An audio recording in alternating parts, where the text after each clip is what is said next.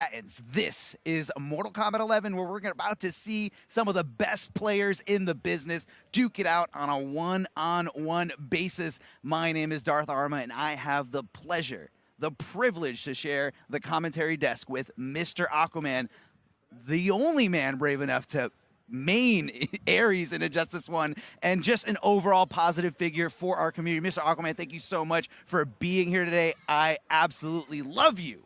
That's what you're heading up your sleeve, is that I was an Ares main, of all things. Welcome, everybody, to Mortal Kombat 11 Top 8 here at NEC. This has been built up to be, I think, and almost rightfully so, being the last premier stop on the tour with how much time has passed, the best Top 8 on the pro competition to date, with how much skill we saw from pools all the way through that top 16, which was absolutely insane from start to finish. Almost every match going to a final and third game.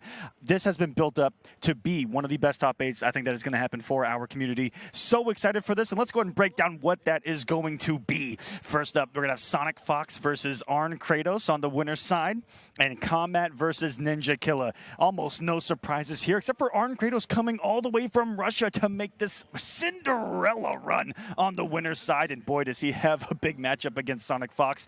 On the loser's side, we're going to have Samnij versus Dragon, the only run back in this top 8 of these first matches. They met all the way back at the very first pro competition event at Combo Breaker in that top 8. Samnij surprisingly taking it. We'll go over a little more details about these matchups as they happen. And Splash versus Scar to round out our first round matches. Splash, another kind of surprise, but not really when you look at this is his second pro competition event, second top 8, right, Arma?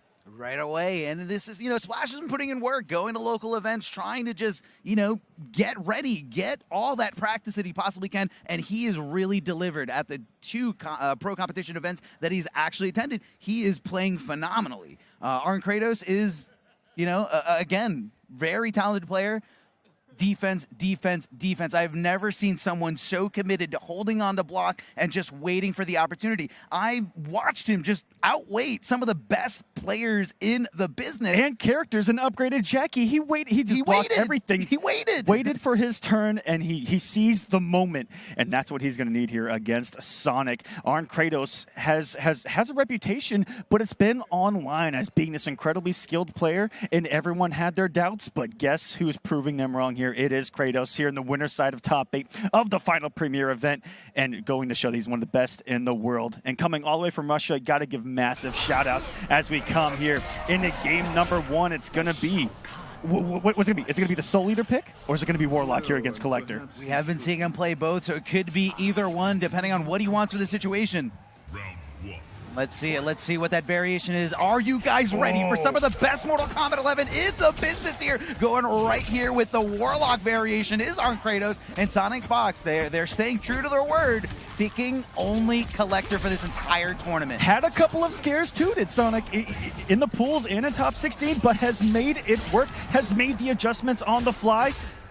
You just can't downplay this character anymore. That's it. Everyone playing this character cannot downplay this character anymore. Sonic Fox is and I don't know if that was an input error or not, but accidentally teleporting themselves into the corner right there. But it's a massive pickup, but a little bit of an execution error to start us off. Maybe feeling the jitters here. Quite possibly here. Sonic Fox has Arn Kratos up against the corner. Going to be doing a lot of damage here. Upwards, I'm sorry, just barely 30% here, 31%, and just hits him with a regular string, and that's going to be all she wrote for this round. Sonic Fox taking the lead. So much does Sonic open up people with a threat of command grab, with a threat of normal throw that has double crushing blows, to walk up, wait a split second to try to get you to press a button, and then forward one you into just exactly that. We've seen it time and time again so far in this bracket. Arn Kratos. Yeah, it's going to be very interesting for Sonic Fox dipping into normal throws, especially when he's got a mid-command grab in this variation. Almost find no reason to do it outside of just cashing in on those crushing blows. But is Arn Kratos the type? Because every time he's always avoided the throw so perfectly, and as soon as I say that, he's just getting thrown here in the corner. Yeah, you gotta be careful in mid-command grab again. And this can just loop if you have nowhere to go, just like this. And it's gonna be the threat of everything that is gonna be so massive for Sonic Fox. The threat of normal throw, threat of the crushing blows. And then if you're trying to make a read on that, he's got the mid to really mix you up. Just so smart as Sonic, and the approach of the tools that the character has. And I think that's why Sonic feels this character is so strong, because the character's always had the tools, it's just been utilization of it. Yeah, definitely utilization here, but we are seeing it here.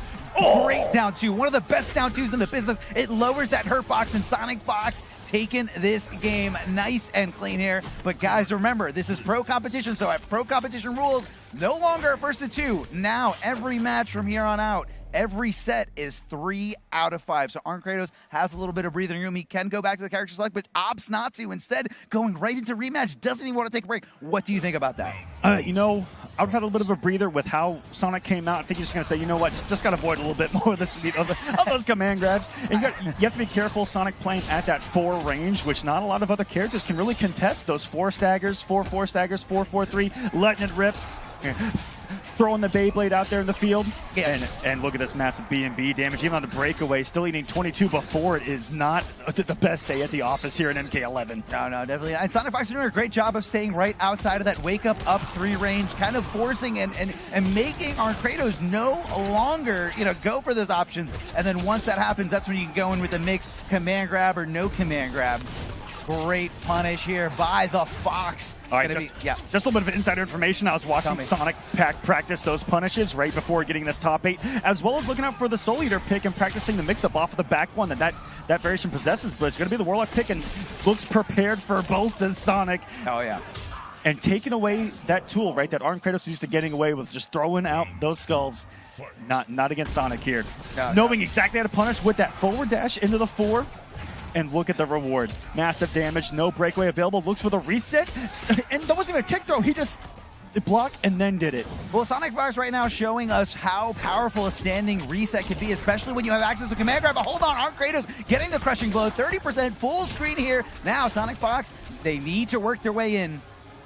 Has to have the highest hit rate on crushing blows out of Shang Tsung I've ever seen out of anyone that has played the character to date. It's so quick to get that big boot to the face. Oh, look at the teleport, a little too slow.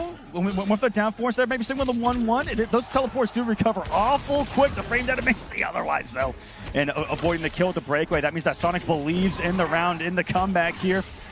He at least believes in being, they at least believe in being alive long enough to get some bar back. It could happen. It could happen. One opening, and this could happen. It could go into face. Oh! Did you see back-to-back the down 1 of Shang whiffing? Yes, it did. Whiffed like nothing. That would have been a choice that I would have gotten in that situation, right? Just swing with a down 1. Try it. I mean, look, when they're so far down on health, down to nothing, it's a great option. Getting a little health back with that 12% throw. Big jump in kick, and it's going to lead into a lot of damage thanks to the corner positioning. Ending it here with the Soul Train. Going for the throw, but Sonic Fox ready to poke back, ready to take the offense. Wake up 3. Because, Arn Kratos has the escape failed, Sonic's going to be scouting out another throw attempt, and just like that. Because, at that point, you're just playing the percentages. If you've got the crushing blow locked and loaded, odds are you're probably going to try to do it. What a teleport and a perfect punish here executed. Oh, but he drops the combo. Great down 2. You can't jump in on Sonic Fox. You just can't. This is one of the best anti-airs versus arguably one of the best jump kicks in the game. Shang Tsung, Kung Lao up there in the top tiers, and there's another one for you, and Arn Kratos all of a sudden tied this up at 1-1. We got ourselves a match. I think I just got done saying you can't jump in on Sonic Fox, and that was really the determining play here. And like you said, Shang Tsung has one of the best jump kicks in the game. It's just got that special angle to it, and that's not in the frame data. Yeah, so it has the angle, and in the frame data, it has the startup and the active frames of what you want. Great command grow, and it's amazing Oki. League's close enough, but great down 2 here by Arn Kratos, recognizing it fast enough for those active frames to come into play. A great poke, and Sonic Fox is finding themselves really close to the corner here. Big conversion, just close enough to pull off all this damage. 30%, which is a lot for Shang Tsung. That it most certainly is. And Arn Kratos has found the damage with this character, which is something we're not used to really seeing too much in competitive play. It's the more laid-back, zony style. Just get, the 200s, the 220s off of the zoning eruption combos. But not Arn Kratos. He's finding the damage, finding the crushing blows, and just looks like a master of his character. Absolutely here. Great blocks of the full string. Doesn't get anything afterwards. Instead looking for a short hop. Not sure if that was an input error, but doesn't matter. Arn Kratos ready to take the lead here in game number 3 as he is up 1 round over the Fox. I think one of the biggest questions of the tournament is what will happen when Sonic goes down, potentially 2-1 situation. Will they come off of Collector? But we saw on the winner's side was down 1-0 against someone like Biohazard and stuck with it and still made it work because, again, the adjustments mid-match. I mean, you got to consider that, Sonic Fox, that they know that they're a shoe in here for Final Combat. So, not as serious of a moment here, but you can't sneeze at the amount of money that these guys are all competing for. There is still $10,000 on the line here, and There is. And you're right, Sonic is not only locked in, but locked in at first. There's no way. There's no way to pass them in points. It's just been too dominant of a season. But of course, when you're on top, when you're on the top, you want to stay on the top, and so you want to win everything leading up into it, and that's kind of the Sonic Fox mentality, is staying at the top. Yeah, absolutely true here. Great jumping kick over to the other side, and still no anti-air, just kind of waiting for the opportunity is the Sonic Fox. Oh, break down two. Scary situation right there. Arn Kratos had those plus frames. If Sonic had decided to disrespect, Fatal Blow could have been sitting there. Very scary, but Sonic Fox able to stay alive with her back to the corner, too. Ooh. Scary whip to stand one in that down 4 range. Just jump kicking in and says, you know what? Try and anti-air this. Shank slings down to not so good as Collector's there. Just challenging him.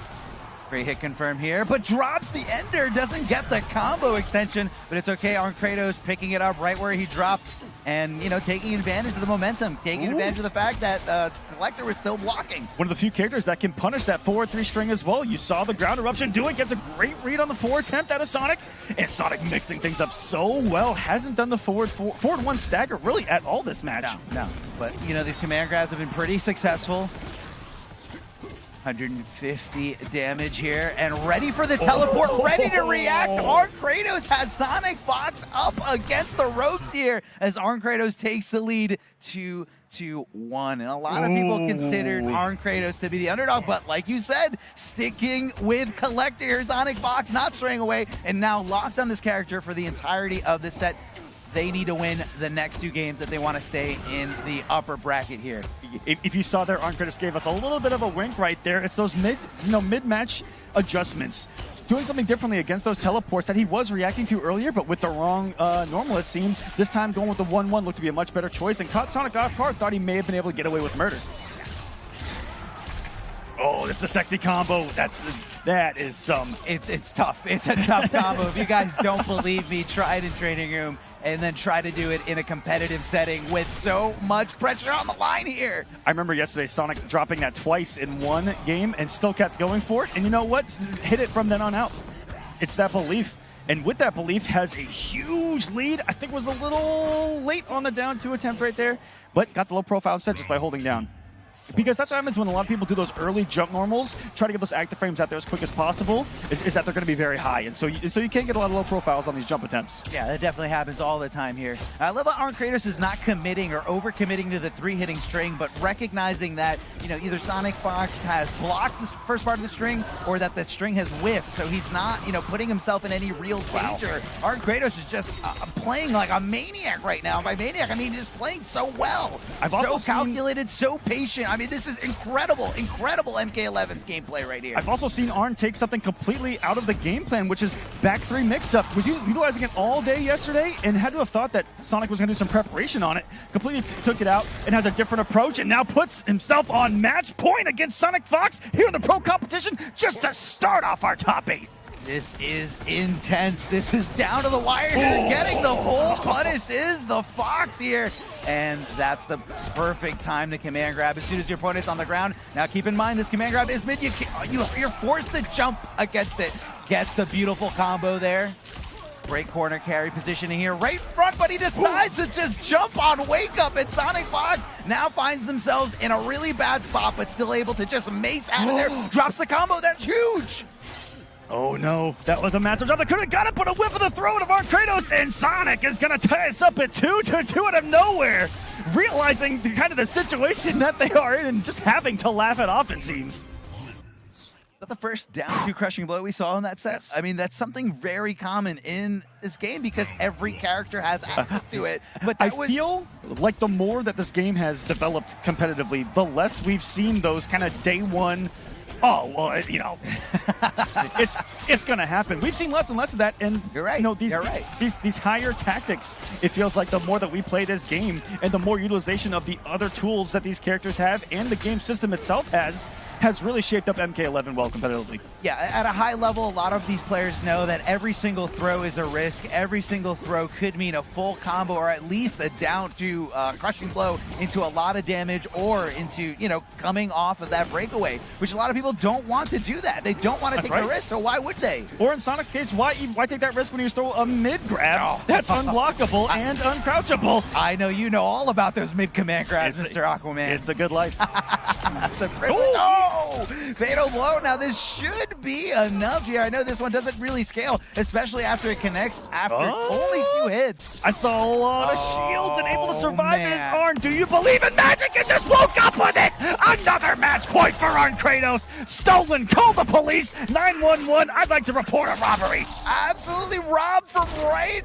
underneath there. He just knew. He knew that was the opportunity. And Sonic Fox, they just didn't think he was capable of doing such a move. That is the mix-up, Arma. Are they going to do it or not? We don't even know. You were just talking about how we don't see day 1, day 2 stuff, and that's day 1 as it gets. Wake up, fatal blow, and it worked. Hey, it worked. Match point for Kratos. Sonic Fox also dwindling on health right now. Being zoned out so smart is Kratos, not trying to take too many risks. We know that the threat of teleport's there the entire time.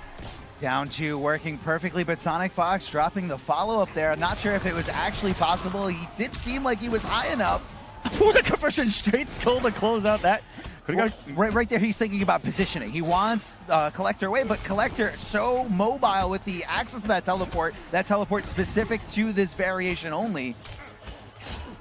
Sonic Fox looking at the threat of the throw and being able to open him up with the 1-2 right there and gets a perfect spacing on the 4-4. Cashes out on the breaker as well. The down 2 misses on the air. So hard to beat it is that Shang Tsung kick. Now a chip territory. It's Sonic that goes to losers, and Arn Kratos has done it.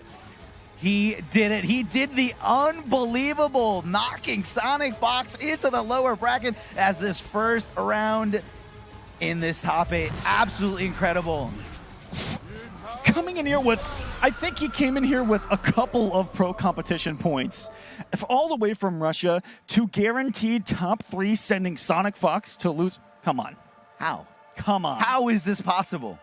Cinderella story here at Northeast Championships. Incredible. He's gone through so many great players. And again, it comes down to his willingness to just be patient, well calculated, and understand the risk. Didn't go for too many throws, just kind of waiting to whiff punish anything, waiting to get anything guaranteed. Although jumping with Shang Tsung, how risky is that? It is one of the best jump kicks in the game, so is it really risky? It's crazy how even he had Sonic condition there at the end to just hold the jump kick. Because, you know, I think throughout the set, it was, okay, I've anti-aired like 3 times, but I've gotten kicked like 7 times. Maybe I should kind of calm down on that a little bit. And what's the math? And you notice in that last game, just Sonic holding those jump kicks, allowing Kratos to take his turn. And it was just control out of Kratos, I think, throughout that entire set. Masterfully played, if I'm being honest with you. Oh, yeah. No, it was. It was absolutely fantastic, but it's not going to be the end of Sonic Fox. Sonic Fox is still going to be in the lower bracket. This is a double elimination tournament, so just has to take on anyone else who's also found themselves in the lower bracket. But I think that we finally need to get into the nitty-gritty here. Let's go. Arma. Let's get into it. Let's get into it. And that is what is almost truly on the line in this top 8, and that is the points. Since this is the last spot to get points on the pro competition, that means that our 12 finalists through points are going to be set after this event. Now, there are quite a few in this top 8 where their fate is really in their own hands, and one of them is right before you guys, and it is going to be Noble Kombat. We've done the math. We hope it's right.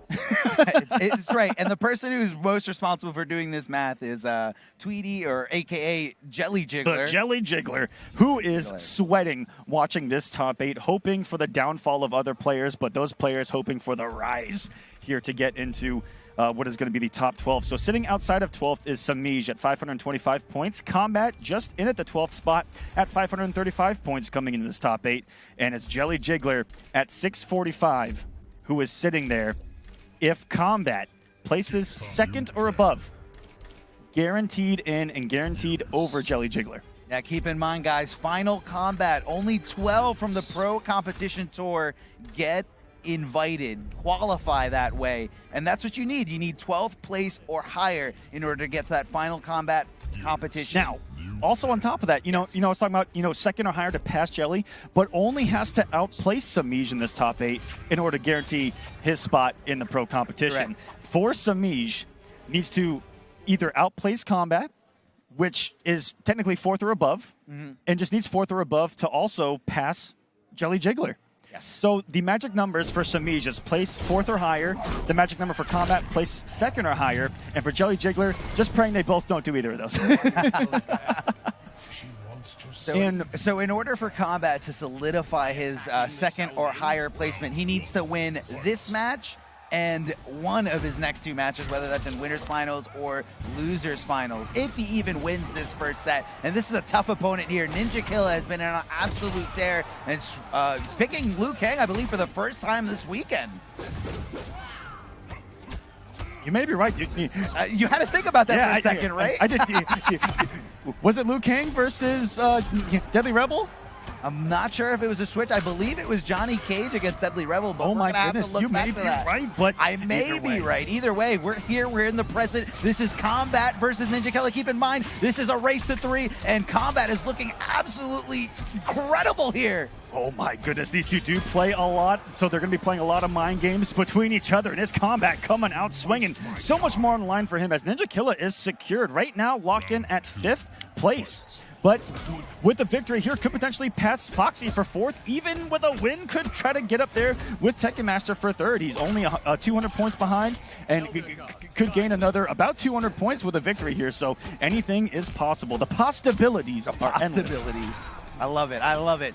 There we go, Kombat sticking with the the throw mix, not putting him in the corner, but instead just trying to throw him back into the center screen. Either way, Gears has incredible Oki on either side of those throws, whether it's back or forward. Ninja Killa going with the reversal throw here right after the block stun.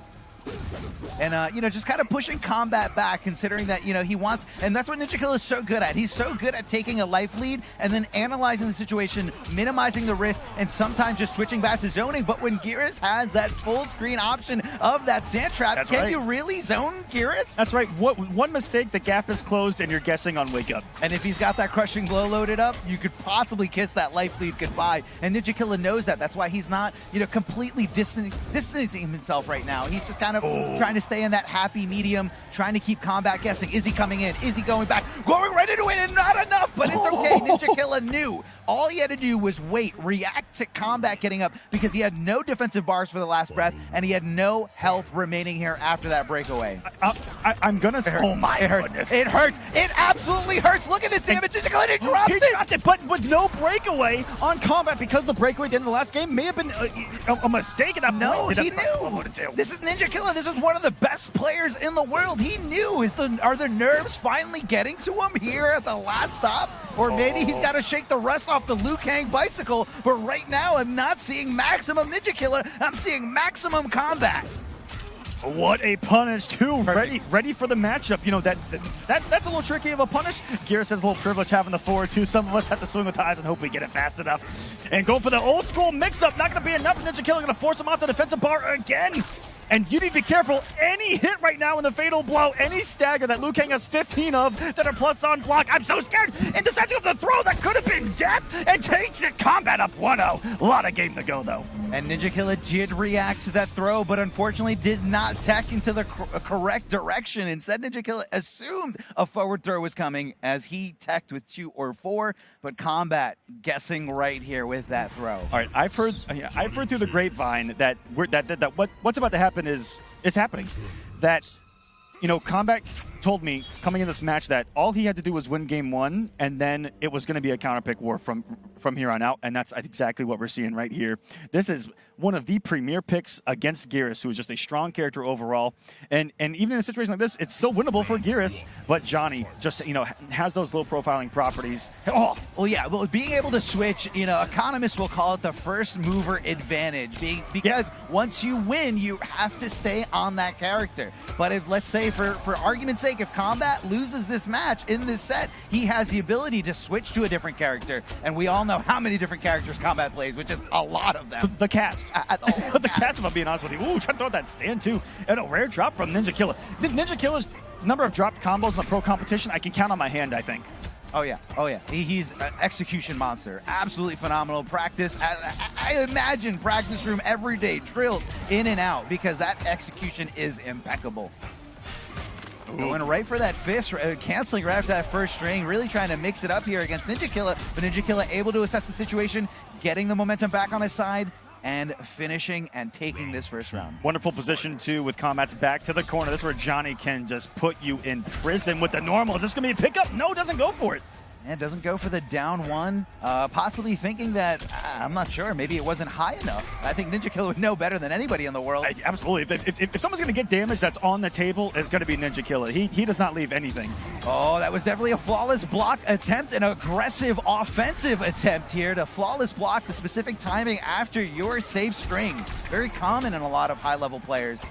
And Kombat has fought this entire match with no defensive bar. This is a wasting it. Man. Just every time he gets it, has to break away again. Coming with the frog splash. Great fuzzy block there by NinjaKilla, as you can see, standing up a little bit later for that overhead, and that did not combo at all, but NinjaKilla caught not blocking low. It happens so fast that if you just press a button, you're getting hit by both. Yeah. We kind of before you even realize what's going on. No breakaway available. Is going to have it now. Fatal blow situation for both. Oh, he woke up buttons! Dash cancel, jumping over to the other side, trying to take his turn back for a second time, but Kombat stopping it with that 6-frame down one. May have been an execution error on NinjaKilla's part, possibly going for a 2-1 fatal blow cancel to wake up with. Oh my goodness, all tied up at 1-1. And Kombat, again, for the position I've seen him in throughout this particular match, it's a miracle it's right here at 1-1. Like I said, no defensive bar pretty much the entirety of it. And Johnny Cage going to work here, thinking the breakaway was coming. It was NinjaKilla because it comes so early every time. Yeah, it definitely does. And you know that you can't be too predictable when it comes to the breakaway, but a lot of pro players love to just kind of do specific combos when they know breakaways on the table. But this is oppressive here, and he sniffed it out. He sniffed it out like nothing. And Kombat looking absolutely desperate here in the corner, desperately trying to jump out. And NinjaKilla back on the board, tying it up 1-1. But again, we talked about economists call it that first mover advantage. Kombat able to switch over to a different character to counterpick NinjaKilla, who is locked on this character and this variation.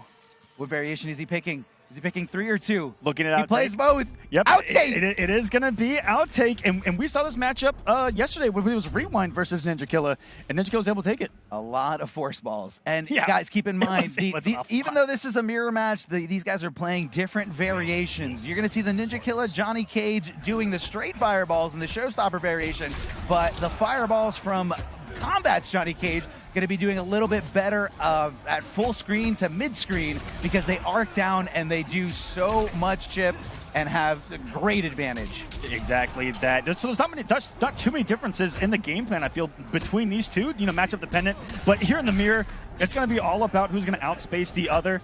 And there's a little bit of differences in the pressure. Showstopper does have right here the side switch ability off of his confirmable launcher versus the nut punch of outtake, and as well as the projectile able to jail in the plus frames. Yeah, definitely. And one thing that Showstopper does have. Wait,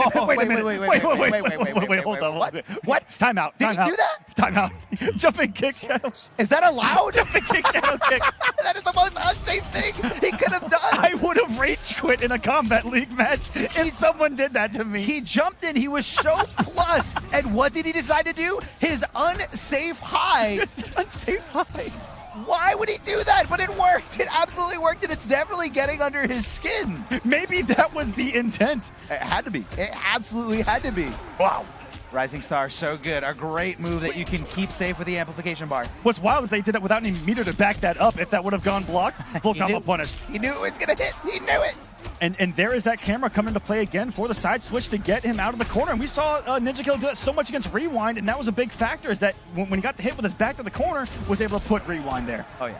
But look at this health lead for Kombat right now, keeping it safe with the upper. Wait a minute. It hurts. It hurts. Glasses for the crushing blow. Gonna keep him. And what Showstopper has access to is unbreakable damage. It was enough. Oh! It was enough. He kept his feet. He killed him while he was standing there. He killed him while he was standing. 480. Here you go. Unbreakable. I'll see you in the next round, but he's not going to have it here. Well, he is still going to have fatal blow cancels.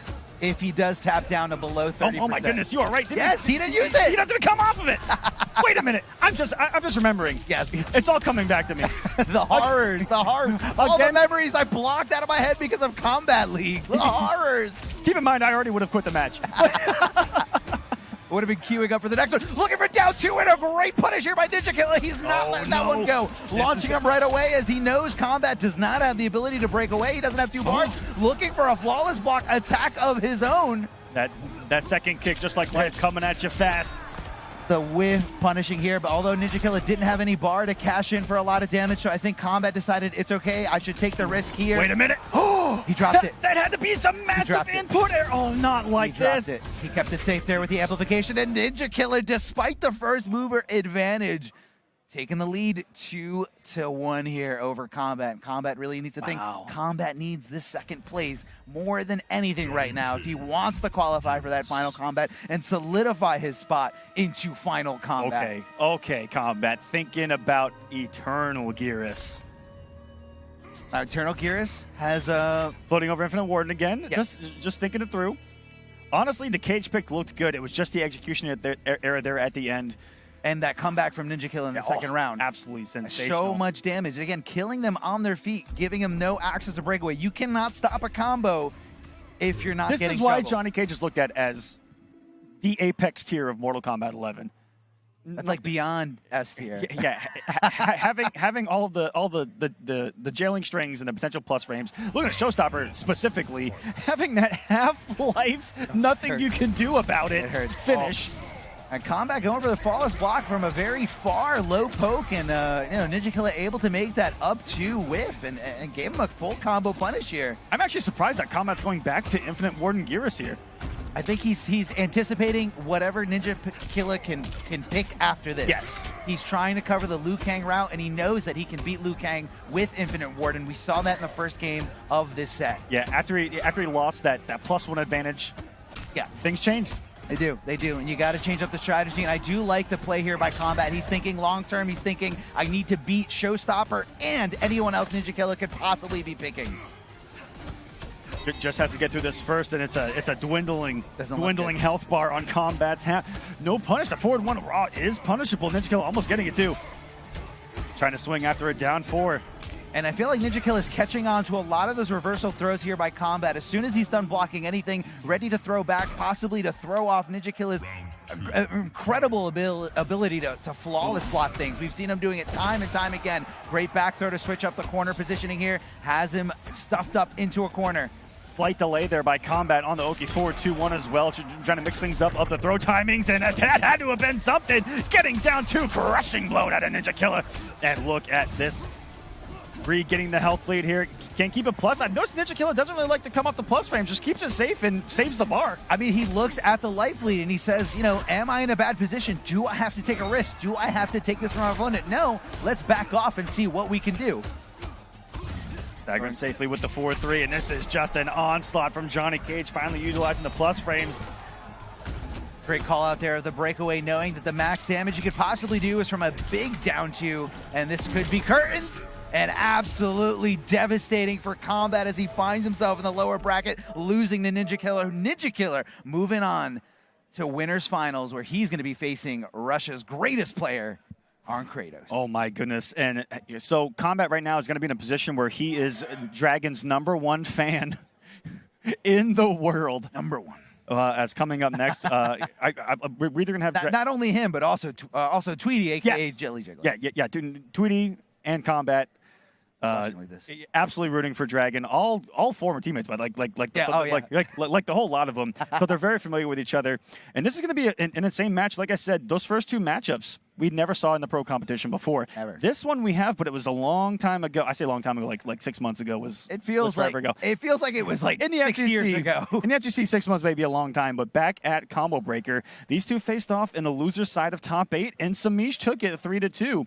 And we're going to see the same character that got a Dragon And I believe something different out of Samij. I think Samij took that with Katana way back in the day. Yes, believe it or not. Yes, Samij was still committed to Katana, and this was prior to Katana getting, a few little adjustments, a few little buffs here and there.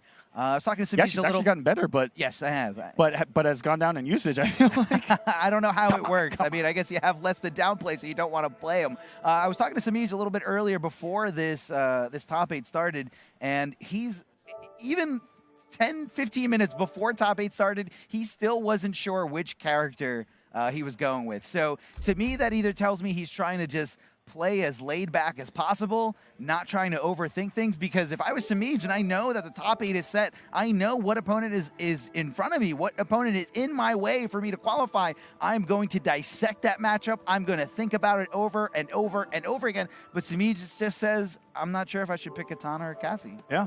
I'm still not sure. I'll figure it out.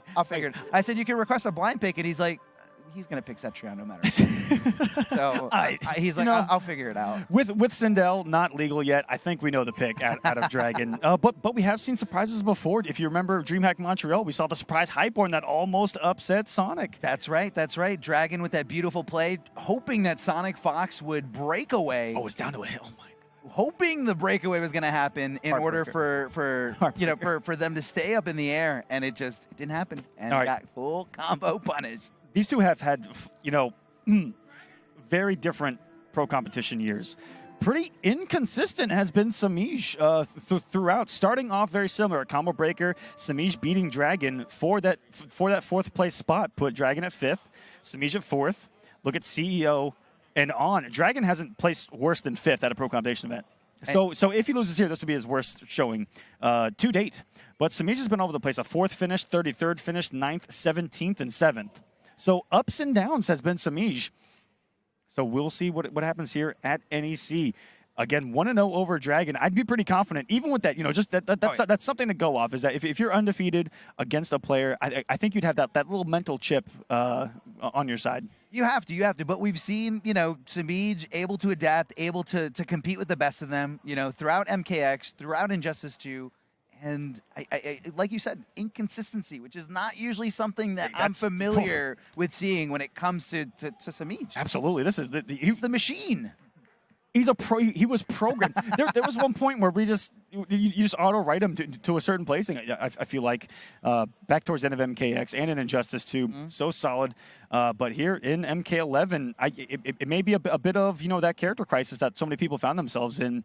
And for Samij, trying to find a character where the tools fit the play style. And I think that it's just been a long process because, shockingly to me, post-patch has stuck with Digital Soldier Cassie for the most part, and no one else has. So many people said there's a gap in something safe. No more. Thank you. The whole character is trash. I'm gonna jump, abandon ship. Run for the hills. Go to Twitter. Start complaining. Okay. If you don't mind me saying, our community has this tendency of no matter what is changed, no matter what happens, abandon ship. It's like Bender and Futurama. Like one thing goes wrong, hey, the microwave isn't working, abandon ship. Just flailing your arms around and just running. Just flailing your arms around and jumping ship on these characters that may not be so bad. May not. And again, if anything's worth attaining, it's going to take some practice. It's going to take a little bit of exploration to really see what the true potential of a lot of these characters are.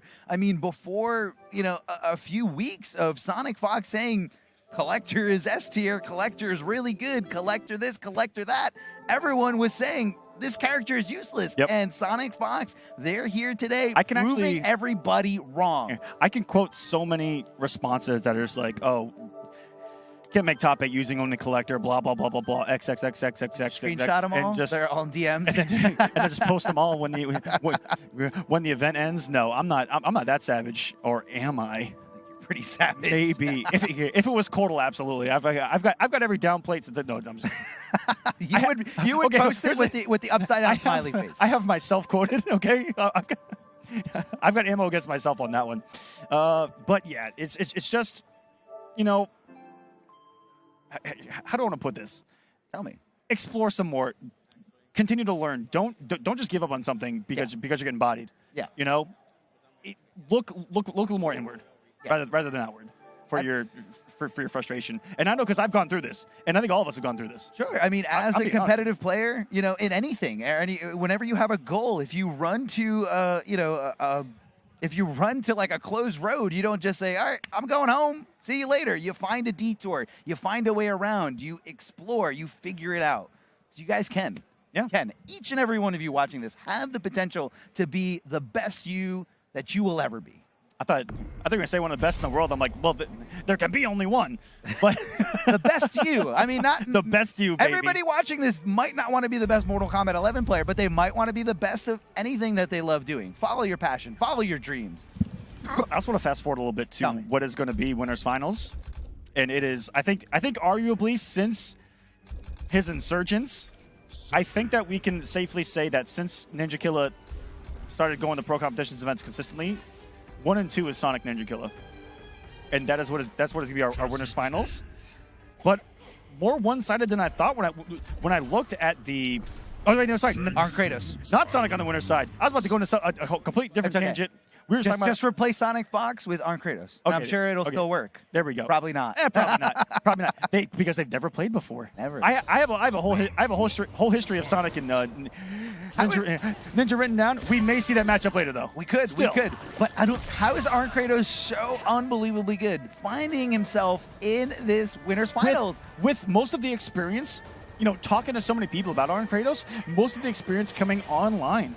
And for this transition here against the best of the best, sensational. That's a testament to how great this online netcode is. I mean, if Arn Kratos can learn every matchup that he needed to get here online, nobody can complain about anything. I mean, if he's getting good enough internet at wherever he is with everybody else connected, because there's more of a scene here in the US, but I'm sure Arn Kratos is either going offline, looking at training room things, testing drills out. I mean, we've seen incredible players emerge from having absolutely no offline scene, and just like Tekken Master in his debut at EVO against Sonic Fox.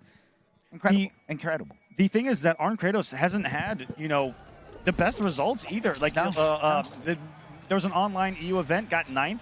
There was another online EU event, got 2nd. Wait, you're Shell's sister? And I don't know if he went there, but he was signed up for like Celtic Throwdown BGS, but I think got DQ'd. I think BGS he got there too late, so he wasn't able to compete. Yeah. So I think he was physically there, but wasn't able to compete. Very unfortunate, but even online, like I said, to come here and be in Winners Finals from those placings is such a surprise, and it's a fresh breath air. All right, and it looks like Samij is going to be going with Cassie Cage, specifically the Yas Queen variation. This was a highly viewed and talked about matchup back at CEO when Sonic and Dragon ran this 3 sets. Yes, and I believe that was Sonic Fox resetting the bracket in Grand Finals and taking victory away from the clutches of Dragon. Yeah, that was Apex Dragon to me. The best I've ever seen him play in this game. Just making so many right reads, but had to overcome the matchup 3 times, and it just wasn't up by the end of it. The download had been complete, and we'll see what Samij can bring to the table. Well, right now I saw a huge drop combo that he's bringing to the table, but not letting it affect him. Never mind, he just got jump kicked in the face for trying to go for a low shot. Samij possibly questioning this Cassie Cage pick, maybe wanting to discover a few options that Katana might be able to provide.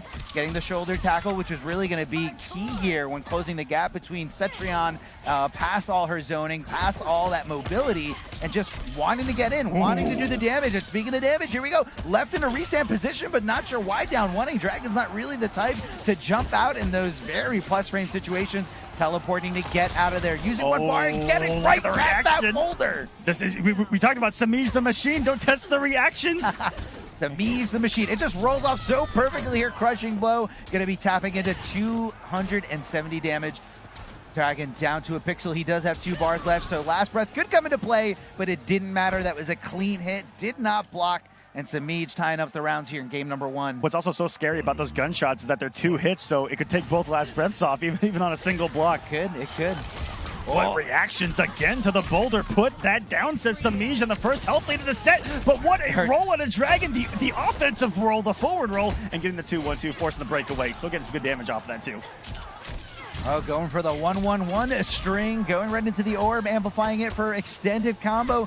And Samij looking great, but hold on, getting pushed back, and this is gonna hurt. This is the type of play that gets under your skin. Great back throw here from Dragon, mixing it up just a little bit, tossing the boulder, doesn't get shouldered in on or tackled in, as Samij has been doing this whole game. So he's got to think twice about chucking those boulders, because Samij has some of the best reactions in the business, but going for a geyser right here, up in the corner, no, doesn't get the ender.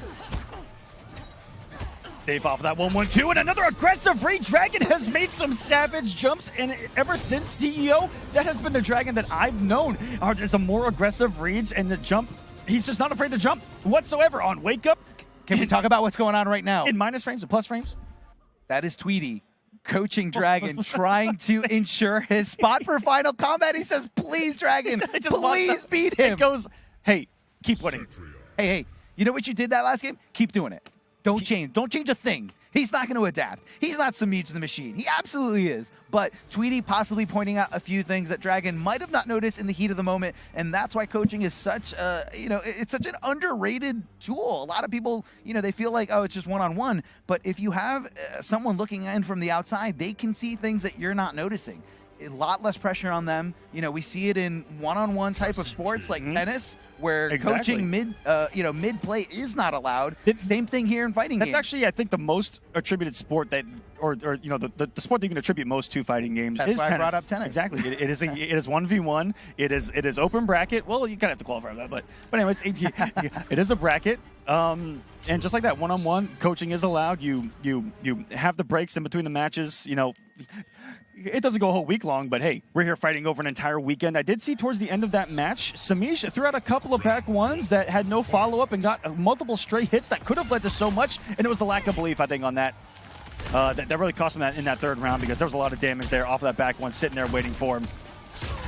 And it's going to be the same matchup, too, out of Samij, who definitely sat back and thought, well, let's false block 3 boulders and a Hellcraft in a row to work his way in, and look at the reward of that. It's an incredible reward. Not only do you take a lot less chip, but you also have a lot less pushback from the boulder, so it makes it a much less valuable asset if you are able to flawless block those, as well as Samij has been showing great back throw here from Dragon as soon as he was done blocking the entire string and just kind of meeting Samij there with button. Samij possibly trying to jump out.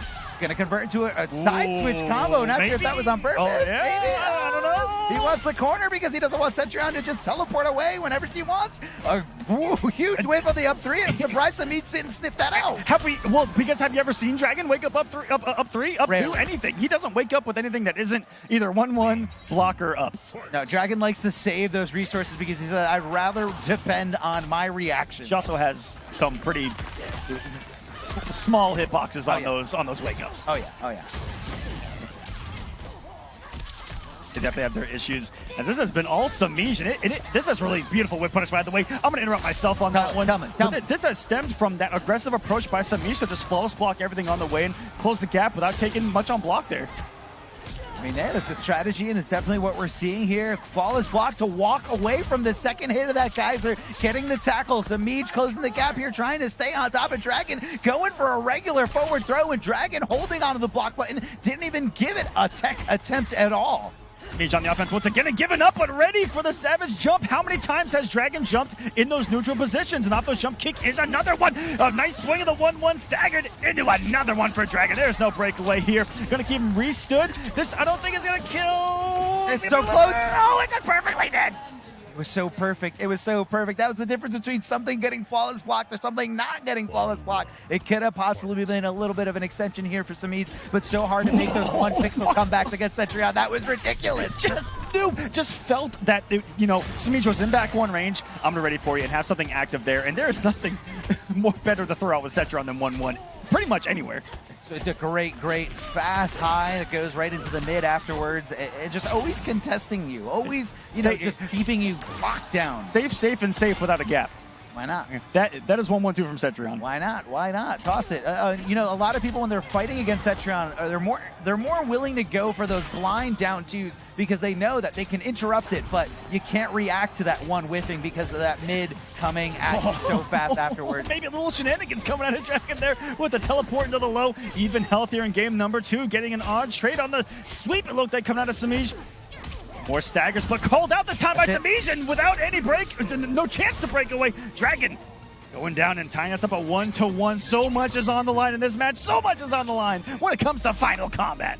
I mean, not only are these two competitors sweating, Samij is sweating because he wants to get into Final Combat, but we're sweating. We're sweating here. But Tweety, aka Jelly Jiggler, on the side, just hoping Samij does not move forward, because if Dragon wins this set, Tweety is locked in for the finals.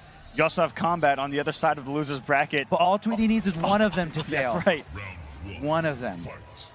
Kombat, who only secures by outplacing Samij. That's it. That's it. If he wants to pass Jelly, that's another story. Yeah. All he has to do is outplay Samij here. Throwing up that wall, big jump in here from Cassie Cage, connecting the shoulder tackle. Oh, it hurts, the crushing blow for so much damage. I actually didn't know it did that much, 328. It's a lot.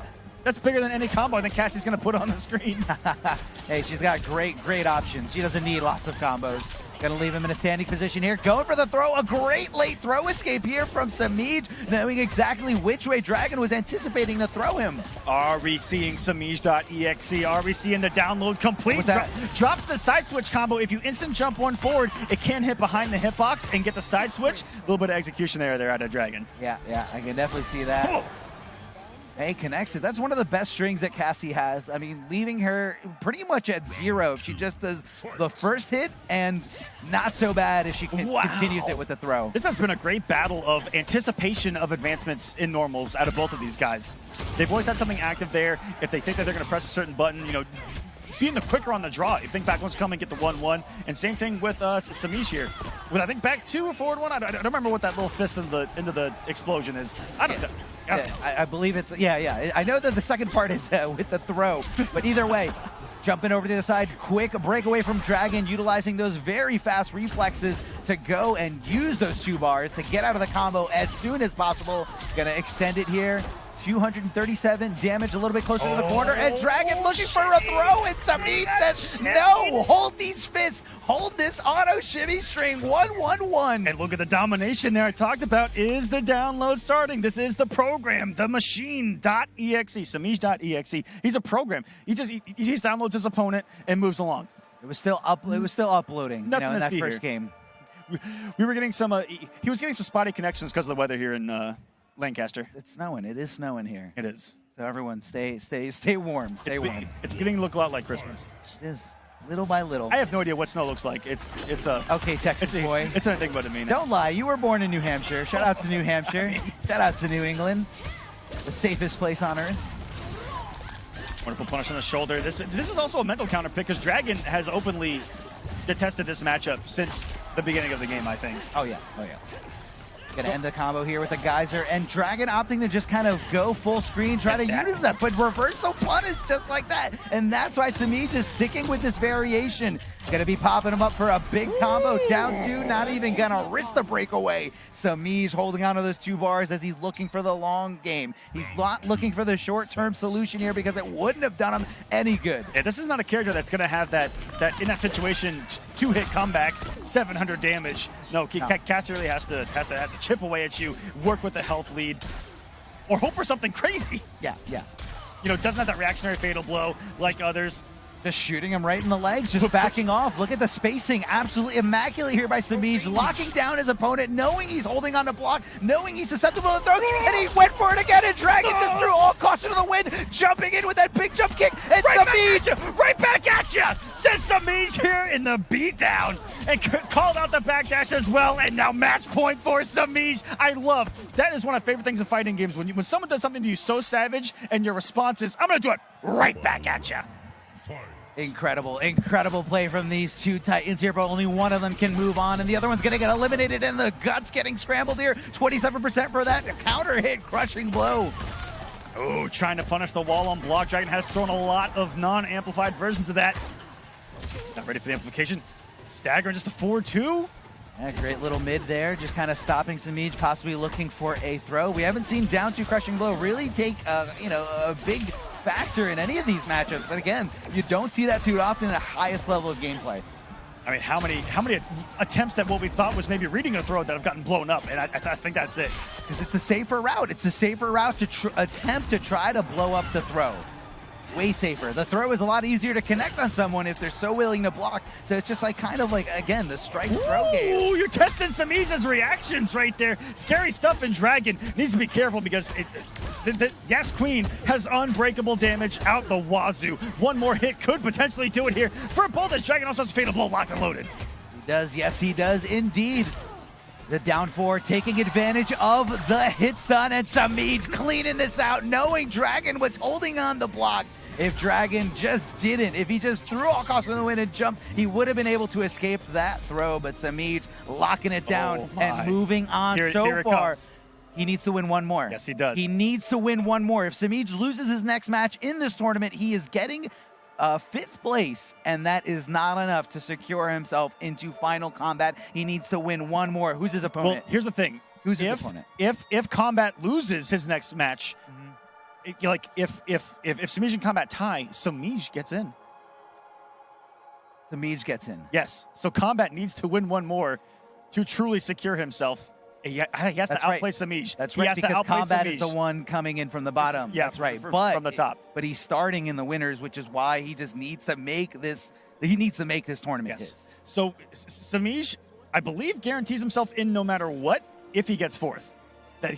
That is his magic number. So if Samij gets one more win no matter what he's in, then it's between Jelly Jiggler in Kombat. And Jelly Jiggler has no way to control the situation, and that's why it's so stressful. He's just on the he's you see him at the side coaching Dragon, like, hoping, just please beat him, please, just come on, you've done it before. Just put extra pressure on him for no reason right there. And also big about that match, Dragon's worst placement on the pro competition.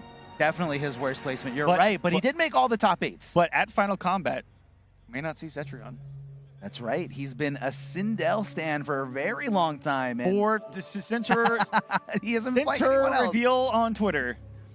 And but you never know. You never know. You never know. Splash, the up-and-comer from New York City, making his, I want to say, his major tournament debut at Defend the North a little earlier this year, getting 2nd place, only losing to Sonic Fox in the grand finals, as Sonic Fox reset the bracket and took the victory pretty convincingly, but still a good showing for Splash. Splash showing that he has what it takes to hang with the best, going to multiple Mortal Kombat New Jersey tournaments, and also making his premier pro competition, or his pro competition premiere at East Coast Throwdown. Getting 5th place, getting that top 8, and here he is again.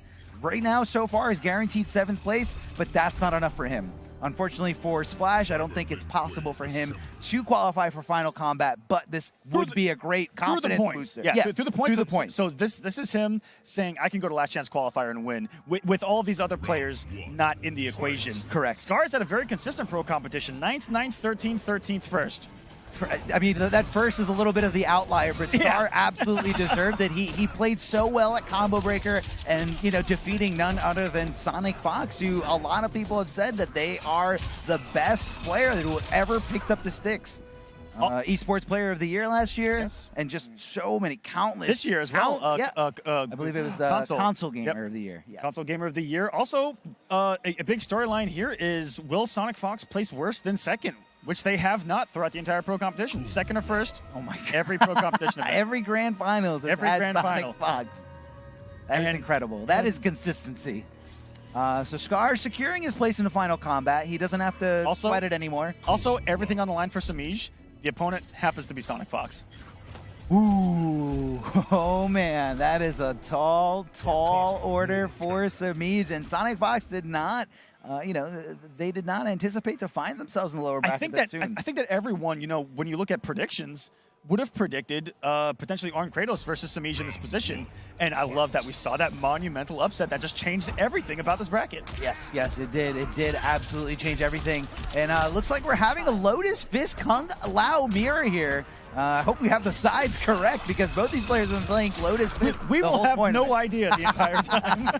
Purple Kung Lao, white Kung Lao. Now let's assume the names are right. Scar, not off to a great start, but does get it. No, wait, why did that work? He blocked the forward four, and Splash was ready to take his turn back. But you know what? When you're in the mirror match, there's nothing you can usually present that your opponent doesn't already know about. I love the side switch. I love the extension thanks to the whiff dive kick. And look at the execution here from Splash. ducking right under the throw. Almost going things out and had the hits done and took it in there anyway right there. That was just knowledge out of Splash right there and implemented. Yeah, and you got to like both of these guys' confidence to play the mirror, because no one wants to, it seems, in our community, in fighting games in general. Fighting games in general, yeah, a lot of people don't like it. It's a very uncomfortable spot, but it is one of the many matchups that everyone needs to know. Oh, great breakaway timing there. Very aggressive from Scar. And Splash trying to do a little something himself here, but unfortunately Scar did not commit at the wrong time. Yeah, no belief on the jump in. But able to pick up here, big damage, keeping him corner 2, cashing on everything for 330. What's for breakfast here? Just a simple meaty keeping it safe on the stagger. I love that late dive kick there from Scar, trying to get as much advantage on the knockdown as possible, especially considering that he's got the corner positioning, and this should be all he wrote. This is it. And he knows, look at that. That is pure, perfect meter management there from Splash. Not only was he able to jump in, confirm the combo, but also keep track of the fact that Scar had no access to breakaway. So he says, let me keep it nice and swaggy. Keep the combo going. Also, I think he could have killed if he just had confirmed into the fatal blow to begin with. But to have the execution, and how many matches we've seen people lose because of execution errors when everything is on the line, when all you do is land the combo, when the pressure is on. Not here for Splash. Splash is the guy coming in with nothing to lose or gain besides the $10,000 that's on the line here. It is a lot of money on the line, but also Splash, you know, he wants to test himself. He wants to test himself. Yeah. He wants to say, can I hit this combo? He's a competitor, Arma. He's here. He's here to compete. He is here to play. So you definitely know that Splash is going to be at the last chance qualifier. But right now, let's focus on today. He's trying to get a good chunk of that big prize money that's on the line today. What a start to was it the mirror rematch, or did Scar potentially go with Z-Hat? Nope, it's the Lotus Fist mirror all the way through, and this is also who I know Scar to play with Kung Lao as well. Yeah, recently. Yeah, I don't see Scar going to any other variation, and I know Splash plays a little bit with the Z-Hat variation, but only for specific matchups, usually only when he's desperate. Great little dive kick at the end to keep the momentum going. Great move by Scar. Oh, I don't know why that didn't go into anything else. Possibly just a preemptive stagger. Back to back on the jump-ins, only committing, what was that, 2 of the 2-1 or the 1 of the 1-2? Either way, just throw the string, look to confirm something. The side switch, what a pick up by Splash. I heard that down 2 wasn't good. Good. We've seen it work all weekend. You just got to know how to use it if you don't think it's good. A great down 3 here by Scar, not trying to, by Splash, not trying to commit to anything when he goes for the throw. What just happened here? He dropped the combo and he just threw out another button and then confirmed that in the fatal blow. Splash is playing out of this world. Incredible fashion here. That could have been the biggest mistake, and then into like the most triumphant moment back to back for Splash there to keep the momentum here against Scar. Ducking right into the throw. Splash playing out of his mind so well here. Great conversion from the jump kick. Not the easiest thing to do. You gotta practice those combos. You gotta practice those conversions. And Splash is showing just how heavy of an execution monster he is with Kung Lao. Jumping in, a big jumping kick. You really can't stop Kung Lao from jumping in, but hold on. Scar being patient, waiting for the spin, recognizing the whiff, and punishing, but unfortunately doesn't get the end of the combo. So Splash still has access to his breakaways. He does have 2 bars, never mind. He went into it. I fixed him. Commentator's curse. I thought he had the 2 bars. Uses it right away. It goes for a full combo ride. It's Enter the Matrix. He put that back move right through the orbiting hat as it was coming around the backside of Kung Lao, right in between it. But it's Splash with the pressure on the corner. Throw a little too early, but Scar could have punished it, but only did the throw back. He didn't commit. We could have saw it down to the orbiting hat. There are no pushing. Oh my goodness, jumped in between it again. How many times is he going to interrupt the orbiting hat? I don't even know what's going on. We're going everywhere. Nobody knew whose orbiting hat was, and then they just like kind of collided as soon as he jumped in, and it just went back to the normal. Are we in the 90s? Neutral. Are we watching Twister? I don't know what's going on right now, man. What just happened? What portal did I just go through? But Splash off to a great start here. 2-0 over Scar. But again, Scar kind of playing with a little bit more of a laid-back composure. He's already qualified for Final Combat. But, I mean, hey, you got to pay the bills, you know? He could also play for positioning, too. He's in a position where every win he gets, he'll jump up a couple of spots. That's true. That is very, very true. Scar gets a great placement today. He can solidify himself in a great seating spot for Final Combat. But let's focus on NEC right now, as these guys are competing for so much. Up 3 from Kung Lao, one of the best ones that does have an aerial hitbox to stop those jump-ins. I think it's one of the best up threes in this game. A Scar, textbook conversion here, holding on to that momentum. I have seen a lot of drops out of both of these gentlemen, but Scar in particular, the lack of belief on him on jump-ins, but also mid-combos. He's dropped a lot of combos, and that is not something I'm used to seeing out of Scar. And one of them right there, but luckily just threw out a stand forward and caught Splash, I believe, trying to jump out of the corner and burst position right there. But unlike him to me. Yeah, no, I definitely agree. Not like the Scar not that we're as used to crisp seeing. as we're used to seeing. Yes, we're usually seeing a crispy Scar. There we go. We're seeing it now. He's tapping into it. Hold on. Woo! Super Beast Mode is a Splash again. Impeccable. Oh, if you notice, Splash dropped that last combo, looking to pick that up with I believe it was a stand 4, or sorry, forward 4, or another 1-2, but he just did down one right there. I think he went for the easier to pick up combo right there, and very smart stuff as the last one to drop, and puts himself on match point for Scar here. Can he potentially at minimum, match his placing at the last Pro Competition event with a win here? Great down poke and then a down 3 on hit, but just jumping out, just throwing all caution to the wind is Splash. Woo! Getting the conversion and utilizing all that bar. Look, he's got nothing left. Absolutely nothing left. I thought it was useless, Arm. I thought the 4 bars a meter was too much, and there we go, Splash. 3-0 over Scar. He is sending a statement. Only has traveled to 2 Pro Competition events. Back-to-back, minimum 5th place. Doing it. He is doing it. He is showing everyone he is here to play, and definitely going to be a tough contender for the rest of this top 8. I believe he's going to be meeting not Kombat. Sonic Fox, but Kombat, who lost his first match in Winners. And Kombat is an opponent that he is very familiar with. I would probably say that they are training buddies, friends, not on the same team, but share a lot of tech and are very comfortable with just playing together and trying to develop as players. And of course, representing New York City together. Both from the Northeast. Northeast really did show up throughout. I mean, their presence throughout pools and top 16. While we're here in the Northeast, really representing well. And it's just a strong scene that's growing. Has a lot of local presence. New Jersey, NLBC, so many others. Coach Steve starting one. Yes. And there are even more out there that I can't remember off the top of my head. But just absolutely wonderful performances from the Northeast. We also got great representation from all over the country and all over the world, and world here, and so much variation in characters, so much character variety. I'm loving it. I love it. I'm a McDonald's McDouble right now. All right, I love you too. Then Arn Kratos in the winners finals, where he's going to be facing. I'll see myself out on that one. I apologize. I apologize for that one. You want? It's okay. It's okay. We love what we love. There's nothing wrong with that. Can I get a redo? No, just kidding. You guys can edit that, right? Yeah. Oh, this is live? You guys edit that out? Oh, okay. I'm sorry. No, you can't. You can't. No. Not sure what the next match is going to be, but again, Ninja Killa, Arn Kratos, winners finals. I mean, I don't think anyone would have predicted it. Maybe on one side, is Ninja Killa has been very successful, especially the pro competition events that he has gone to. I believe his lowest placement was CEO, where he got 4th or 3rd place. Either way, I mean, it's consistent. Winning DreamHack Montreal a little earlier this year with that incredible Liu Kang and all the flawless blocks that anyone could ask for. That's right. His worst performance was 4th at CEO and the Online East Pro Competition event, where he also lost to Sonic Fox. Does that count? That counts. Okay, that counts.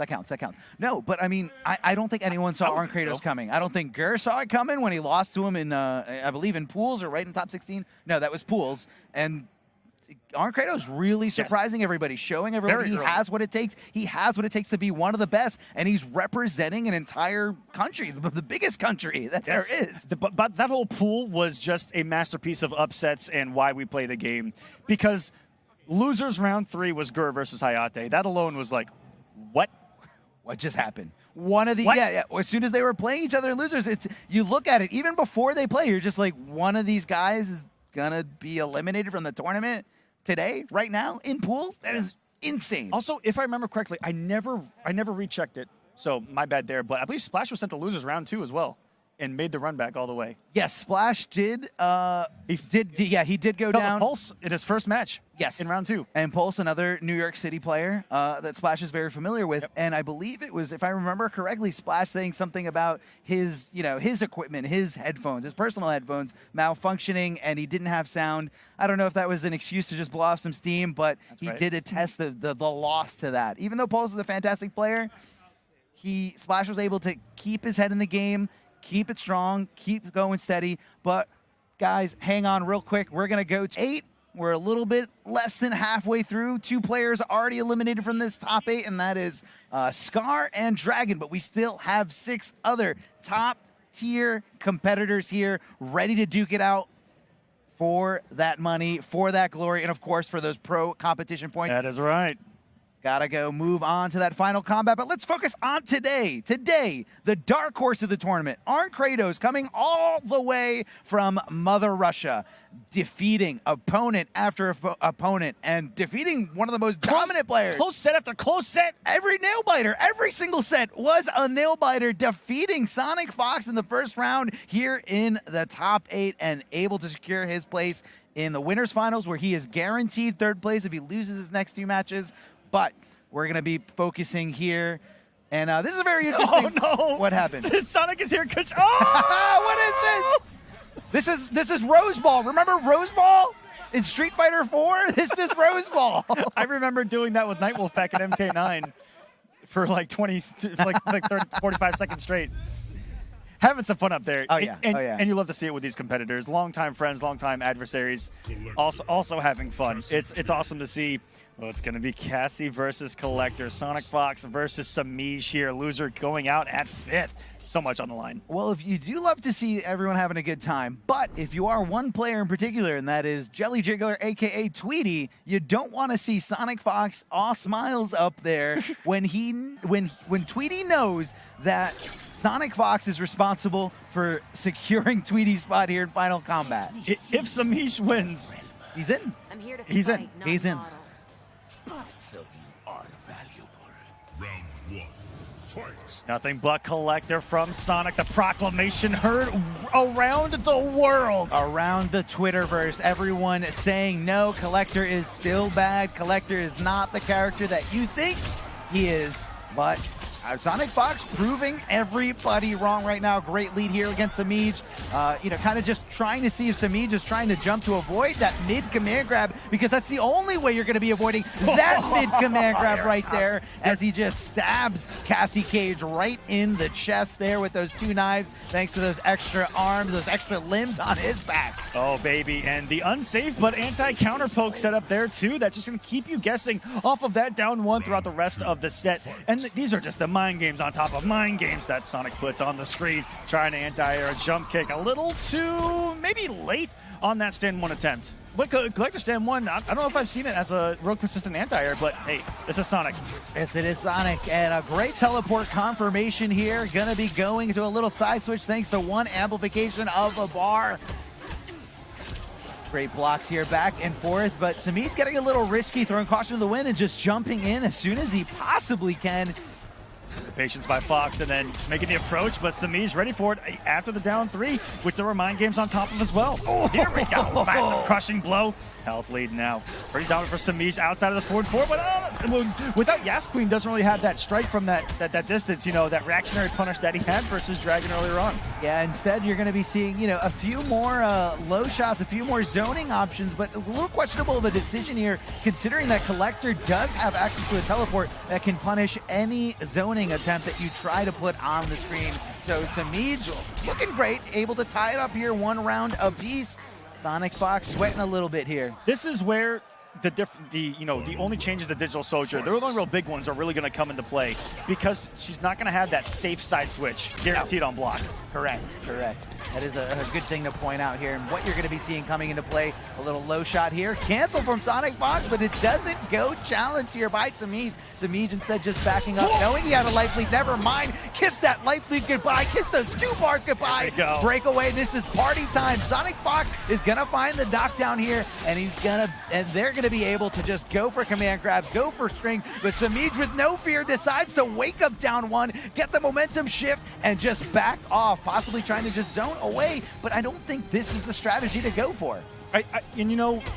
After this match, I want to talk about something that really makes sense to think about Samij and how he's had their struggles here in MK11 because of the systems that are kind of in the game, but let's not count him out just yet. What a pickup, tying us up here. Come with the low, but gets a little risky with the throw. All over to Sonic, easily going to the fatal blow, and here come the million stabs. At the highest possible level of Mortal Kombat 11, every single normal throw is a huge risk. right there, Samij willing to risk it all. And Sonic Fox just displaying a little bit of D-bag execution here, going for the throw as late as possible, making a statement. Something you said, I want to segue to what we were talking about earlier, where you said throw is such a huge risk. This game, Samij throughout, MKX throughout, Injustice 1 never took a risk in his life.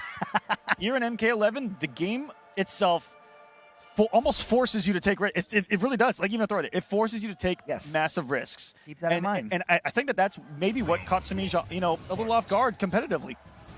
Could be. It could possibly be what caught him off guard. Oh, excellent tech there by Sonic Fox. And his hit confirmations have been absolutely wonderful on those dash ups into the 1-2.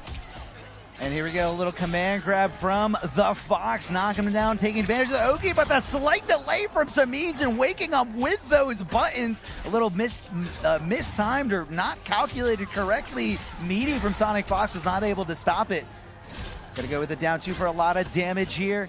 And gonna continue the onslaught. The footsies, the neutral here from Sonic Fox, knowing exactly how to space out those normals.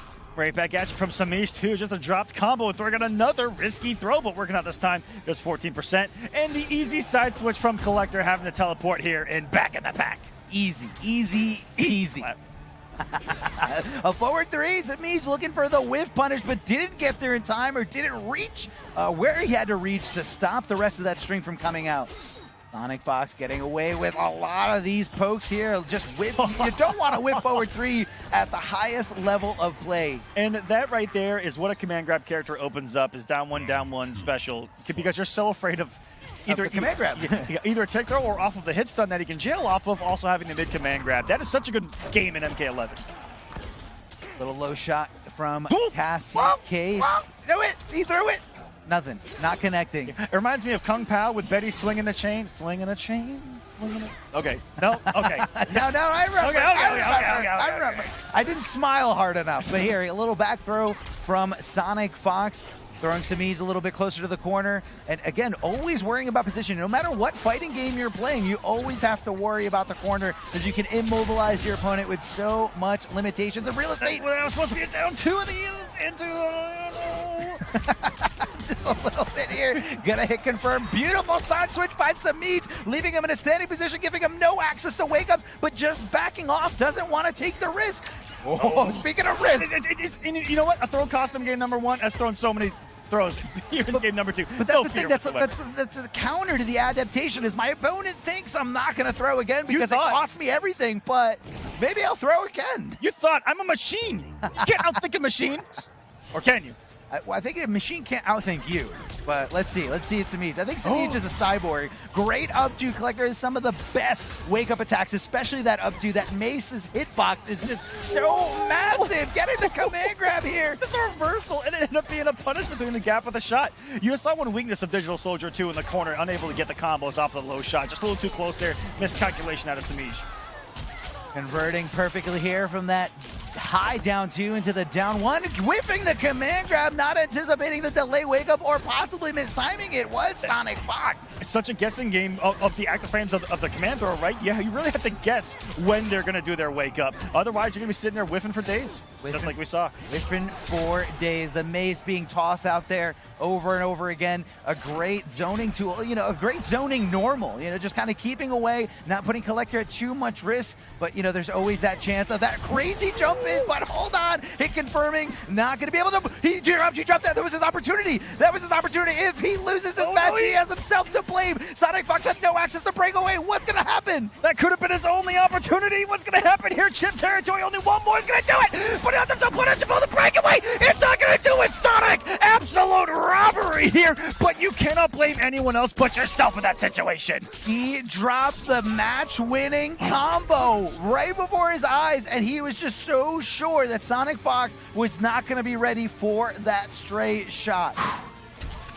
Sonic Fox had no access to breakaway there for that last combo. No reason for Samij to really just let it slip between his fingers. That was his. This set should be tied up 1-1, but it's not. Samij finding himself in a position where he needs, if he wants to qualify for Final Combat, he needs to win these next 3 games, not only against one of the top 8 finalist, but against probably the most consistent Mortal Kombat 11 player that has ever existed, and that is Sonic Fox.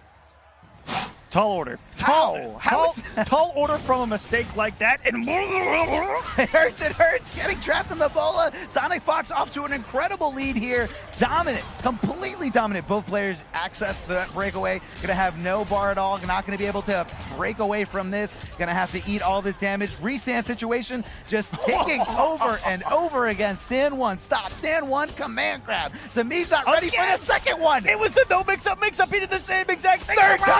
Third time. Absolutely savage from Sonic Fox. Fourth time. Why not? Done. He is inside the mind of a machine right now and tearing it apart from the inside. Darth Arma. I mean, right now, Samij is acting like a pinball machine, just tossed on its side on complete tilt right here. He is not being the machine that he needs to be. Hold on. Just jumps. Of course you're going to read command grab that situation. It's only come 14 times in a row. Walks into another 4-4. It's also Collector having that range easily confirmable in the massive damage. And get staggered safely. And I love the side switch combo there, using the teleport to be right on the other side and continuing that combo after the capture from the bola. But hold on, we're all rooting for you, Samij, right here, trying to get into final combat. Great high shot. Sonic Fox getting a little frisky, trying to jump out of something. But this is going to be a very tough spot for Samij. He's literally one combo away from not making it into the rest of this top 8. Hold on. Samij is here, forcing the breakaway. Needs to find another hit. He has one more bar of offensive meter, but that is it. Sonic Fox gotta be moving on. And Tweety, aka Jelly Jiggler, definitely celebrating right now, knowing that his spot is secured in final combat, coming up to congratulate Sonic Fox. Jelly yes. Oh no. Yes. But you know what? Do you think he's gonna buy him? Do you think he's gonna buy Sonic Fox dinner? I don't know, but at the minimum, he owes him dinner. What a performance from Samij still here in the final Premier stop to put on that kind of a performance. You know, when we saw the ups and downs throughout the pro competition, to get a little more consistent here at the end of it, he's going to go into last chance qualifier with a very high chance at winning. So it could not be completely over for Samij just yet, and that's that's the beauty of last chance qualifier. You're right, but again, now he's finding himself. It's kind of like he switched seats with Tweety. And now, no longer in the tournament, and has to sit there and watch Kombat, hoping Kombat does not get second place or higher. And Kombat down now in the losers bracket or lower bracket, whatever you guys want to call it, whatever Ed Boon wants to call it, losers. Okay. He's got to be sweating. He can't do anything, and he's just got to be rooting for Kombat's opponent. Yeah, I mean, even so, you're in. It's only going to be 1 seed difference, no matter what. Maybe a little bit easier of a matchup potentially. There are going to be no easy matches at Final Combat. Let's call it what it is. Even being first has been said before, even by the likes of Mr. Jelly Jiggler himself, that being first, I mean, you have to play the winner of last chance qualifier. Scary. It is absolutely scary. I'd be frightened. Terrifying thought here. Now Splash going up against Kombat. Now, like I said before, these guys are very... the Battle of New York. Yes, Battle of New York City. 2 of New York City's greatest players to play Mortal Kombat 11. Both players familiar with each other, familiar with each other's playstyles, the strategies, everything they've learned together. How to become better and better. Although they are in separate teams, it doesn't matter. When it comes down to the one-on-one situation, it's just you versus the other opponent. They also did play at the only other tournament that Splash entered in the pro competition, and he took it over Kombat 2-1. Yes. On the winner side of that, I believe, in top 16, if I remember correctly.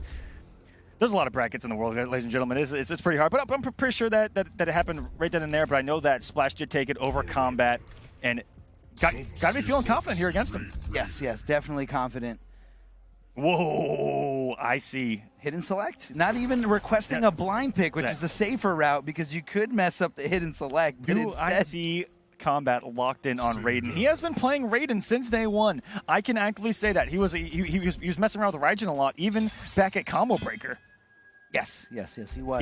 He actually got him in the character auction tournament. Yes, I referred to that as the dollar store Raiden. He got him at the cheapest price to get into that tournament. And, there was some serious change in that tournament. A lot of people were paying. I paid like 4 times the amount for Kodal. Everybody paid 4 times the amount that Kombat paid for Raiden, because as soon as Raiden was called in that character auction tournament, nobody's hand was up except Kombat. It's just, sure. Let's go. It'll be hype. They already took every other character I played. It'll be hype. Maybe Kombat was just trying not to, he's still a high school student trying to just, I believe he got a win there too in an auction tournament. I believe. Do you mean a little? I think he got. He did good. Yes, he did good, because there were, the difference between the auction tournaments, you had a little bit mix of, a lot of different players. You have, the more casual players. You had the competitive players. You even had Tyler Lansdowne, who works at Another Realm, there in that auction tournament. So it was just a great, mixed thing of everyone. Everyone was included in that auction tournament, as long as you had the green to back it up. Great times here. Okay, no Raiden. Kombat just showing that he could pick Raiden. But it's going to be Gears. Pick Raiden. Let's be serious. What variation? Well, let's be serious. What variation? That was something I didn't hone in on as we come into game number 1 between Kombat and Splash. Loser of this going to go out at 5th. Winner going to move on to top 4 and potentially beyond. Round 1, fight. It's about time. We're seeing Eternal Arma. Eternal, we're here. Going to be throwing up that sand clone. Now, once that sand clone does go up, he does have the access to amplify it like that. Bursting Plus into something 12 on block launcher. And if it's hit, it goes into a combo. But he also has the option to teleport into that sand clone and switch sides with it. So, just giving this character a lot more mobility than he's normally used to having. Although Frog Splash is always just a thing, no matter what variation you're using. This has also universally been a matchup that Gears just kind of don't like. Kung Lao is very annoying for Gears. Not a character that's easy to anti-air, and Gears. Whoa, good confirmation of combat. Gears, not the easiest conversion off anti-airs, and the buttons versus the jump kick just not going to work on his favor most of the time. But Kombat playing as well, backing up, and we've seen so many Gearses of late utilize that backdash even more. That's going to be a big confirmation, and that could be game number 1, another robbery. Just a hit, bam, easy confirmation, and Splash. So good at doing that too. We saw so much against Scar in his last game. Yeah, he's a hit-confirming monster. Seeing that, going right into it, and accessing that finite resource, the Fatal Blow, no longer available for Splash for the remainder of this game. But, if you have an opportunity to do so, do it. Because sometimes these Fatal Blows, where you want to access armor or just kind of throw those out there like nothing, aren't always going to hit at the highest level. But as I said that, I remember earlier, Arn Kratos had a great wake-up Fatal Blow that worked against the best player in the world. That's right. Also something we're going to talk about with that Eternal Gears has is the command grab that is also mid, very advancing, and has 60% corner carry every single touch. And let's talk about that crushing blow. Very specific requirement that he has to go. Yes, it's distance, but you definitely know every Gears player knows exactly what spot on that stage you need to connect that command grab in order to tap into that crushing blow. Well, not continuing the combo, but instead just kind of dashing forward. But Kombat ready to swing with that launcher, that mid-launcher string that is safe on block. Getting out of there. Now, this is again, like I said, this is the more mobile variation of Gears. He is able to move away as far away as possible as long as that clone is up. Great throw here by Splash, but like I said before, we are always risking things when we go for these throws. Great combo here from Kombat, but either way, even if he blocks it's a win-win situation for Eternal Gears there. And beautiful dive kick by Splash, and down 2 just against the breakaway, and it's still a combo. What is going on? That was like an OS on top of an OS, and just waking up with a Fatal Blow. We just talked about it. It's gonna work again. It worked again twice on this top 8 stage like nothing. And I think Splash thought, he calculated in his head, he said there's absolutely no way he's going for Fatal Blow because he doesn't have the health to withstand the hit if the armor even activates. But Splash didn't even go with anything that did enough damage. Gotta respect the risk right there and how many times he can hit with these explosions and pick up perfectly off of them. This is someone who's been playing Eternal quite a bit since the release, and in those plus frames, you're scared out of your mind of a forward 2, of something of a forward 3, even from the distance, and just catching with that command grab that again is advancing in mid. Oh, so scary. And picks off a forward 2, completely changes Gears' game. Oh yeah, it does. It is a game changer, and that's the thing that's so special about this game is you can change up a character's playstyle just by switching over to the variations. Very minor changes, but at high level, it's gonna change up strategies completely. Plus 12, but Splash ready to jump, ready to avoid that mid-command grab, taking him into the corner, keeping himself safe with that breakaway specific combo, throwing up that clone, ready to hit him with those mids. So smart out of Splash to get aggressive there, not letting Kombat get the normal out. They knew that he was going to backdash and try to do a forward 3, either explode it or do a grab. And just like that, Splash gonna take game number 1 in combat. They're trying to go so fast, the characters are like trying to get out of here as soon as possible. And we saw on the winner's side too, he just wants to move along here, win or lose.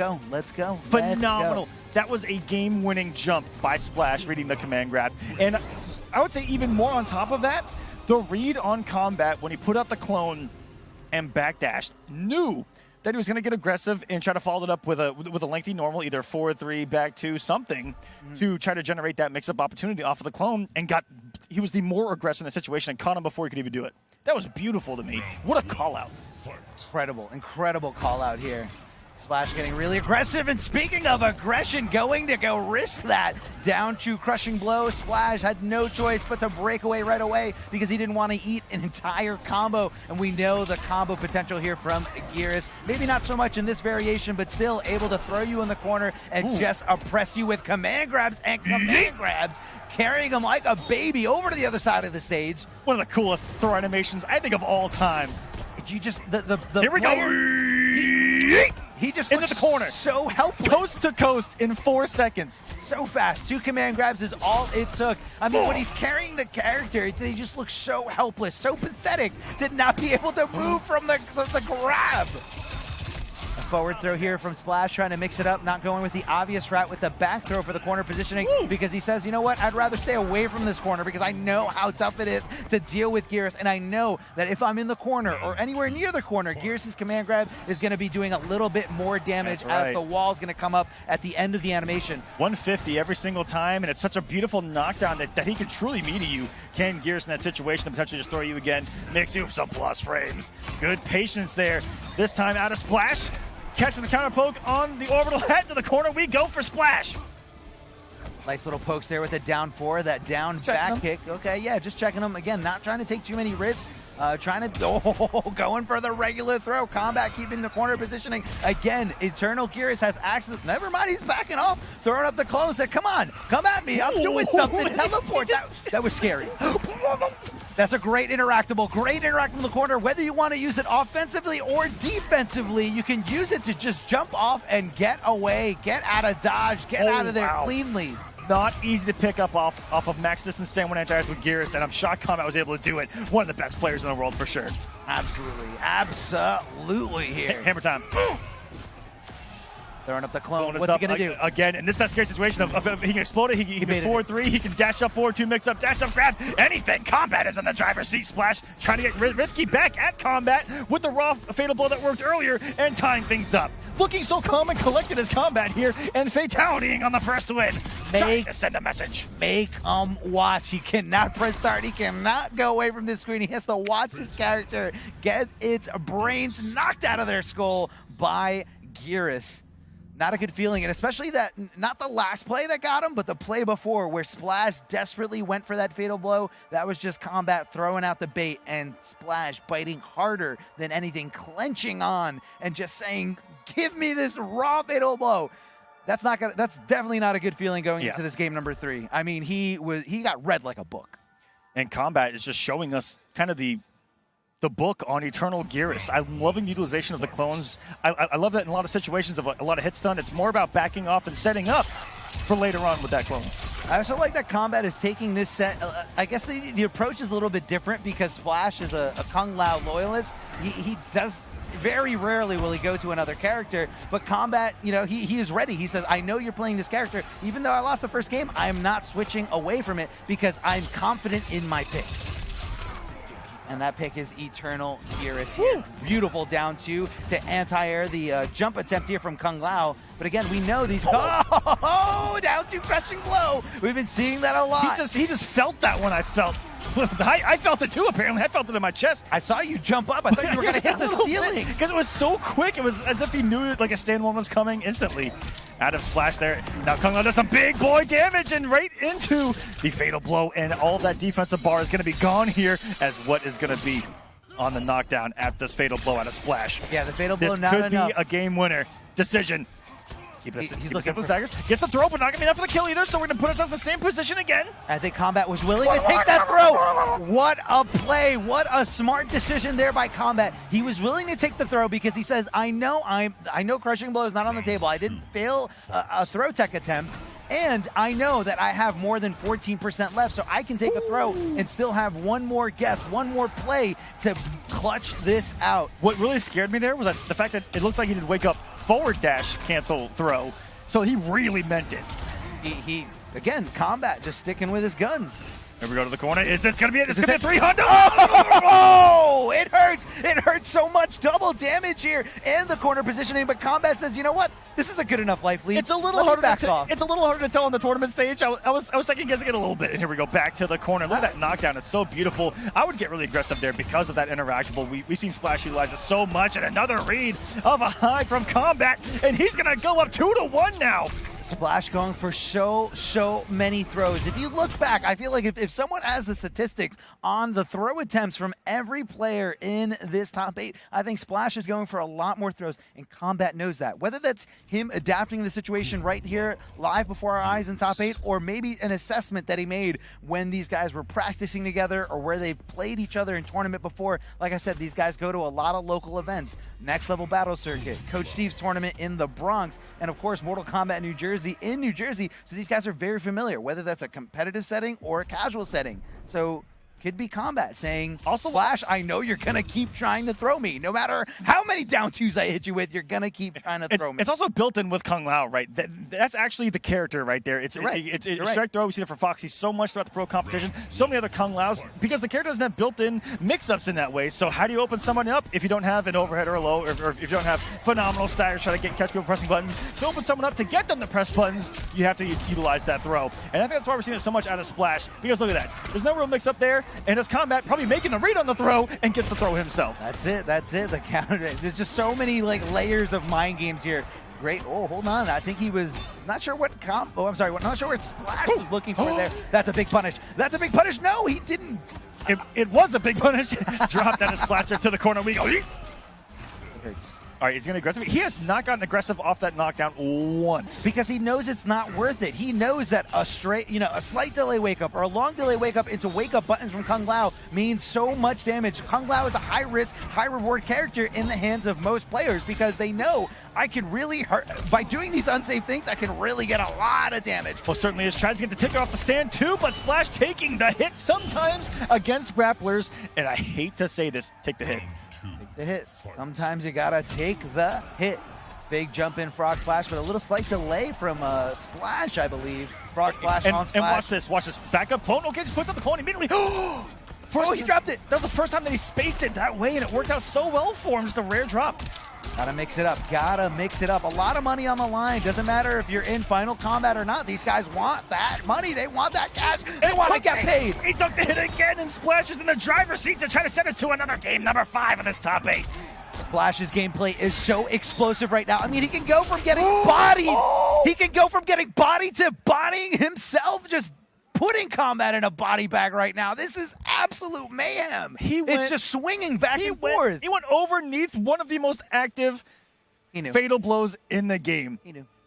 Because of one of the best jump arcs in the game in Kung Lao. Just floats up there in outer space, in orbit, coming down for the jump kick that I think 9 times out of 10, any other character situation would have gotten sucked in. Well, yeah, Kung Lao does have a very floatier jump. As you can see, he doesn't, do a front flip or like a regular jump when he jumps. He actually does like a semi-side flip, which also adds to the mobility and the frustration of trying to anti-air him. The jump arc is a little bit lower, and he has access to the dive kick. So also, always guessing. Also overanalyzing the situation there, as we tend to do, as analysts. Sure. Did you think that also could come down to a factor of him avoiding the hitbox of the fatal blow for so long, and then coming down with the jump kick in time to hit him in what could have been residual armor of it, and him just not having enough health to take it by the time he got to the hitbox? I believe. Possibly, but I think so many things gonna happen right there. No, I know. Yeah. I'm following you, and I think if let's say for argument's sake that Kombat did have enough health to take that, I don't think it still would have been active by the time that Splash got down there. I think so many things could have happened right there. We could be wrong. It was so rare, and that's what's beautiful about it. But I think the call out was perfect there from Splash. He's put Kombat in that situation before with Gears, and he knows when Kombat has Gears, he is willing to utilize that amazing fatal blow in those tiny little situations. And I love that. What he's doing there is he's loading up the crushing blow requirement. He's purposely missing that camera shot in order to get a restand and a meterless combo extender. And in a final game situation, Kombat bending it all. And if the 3 is the magic number on the whiff, right, to load that crushing blow here out of Showstopper Johnny. You're also going to see here out of Showstopper plus frames of that straight shot and grounded hit confirmable side switching launchers. Yes. Those are kind of the big differences between Outtake and Showstopper here. Yeah, and what Showstopper is going to have, again, a lot of unbreakable or unbreakawayable damage. Going to be killing his opponent while they're standing right there mercilessly. Beautiful dive kick. Hard to hit there, and there is the crushing blow. Going to be some big damage. And that was pretty much guaranteed. Off the launcher down 2, going to even on the breakaway get the kill. And with that health deficit, not worth putting yourself with no defensive bar going in the next round. Smart decision by Splash, but match point Kombat in our second game 5 of this top 8. Yeah, and Kombat, utilizing the side switch, trying to buy himself as much real estate as possible because he wants to wiggle around as much so he can kind of anticipate the spacing a little bit better. Doesn't want to find himself in the corner against Kung Lao, especially because Kung Lao can tap into so much more damage when he gets those combos in the corner, especially with that incredible jump kick.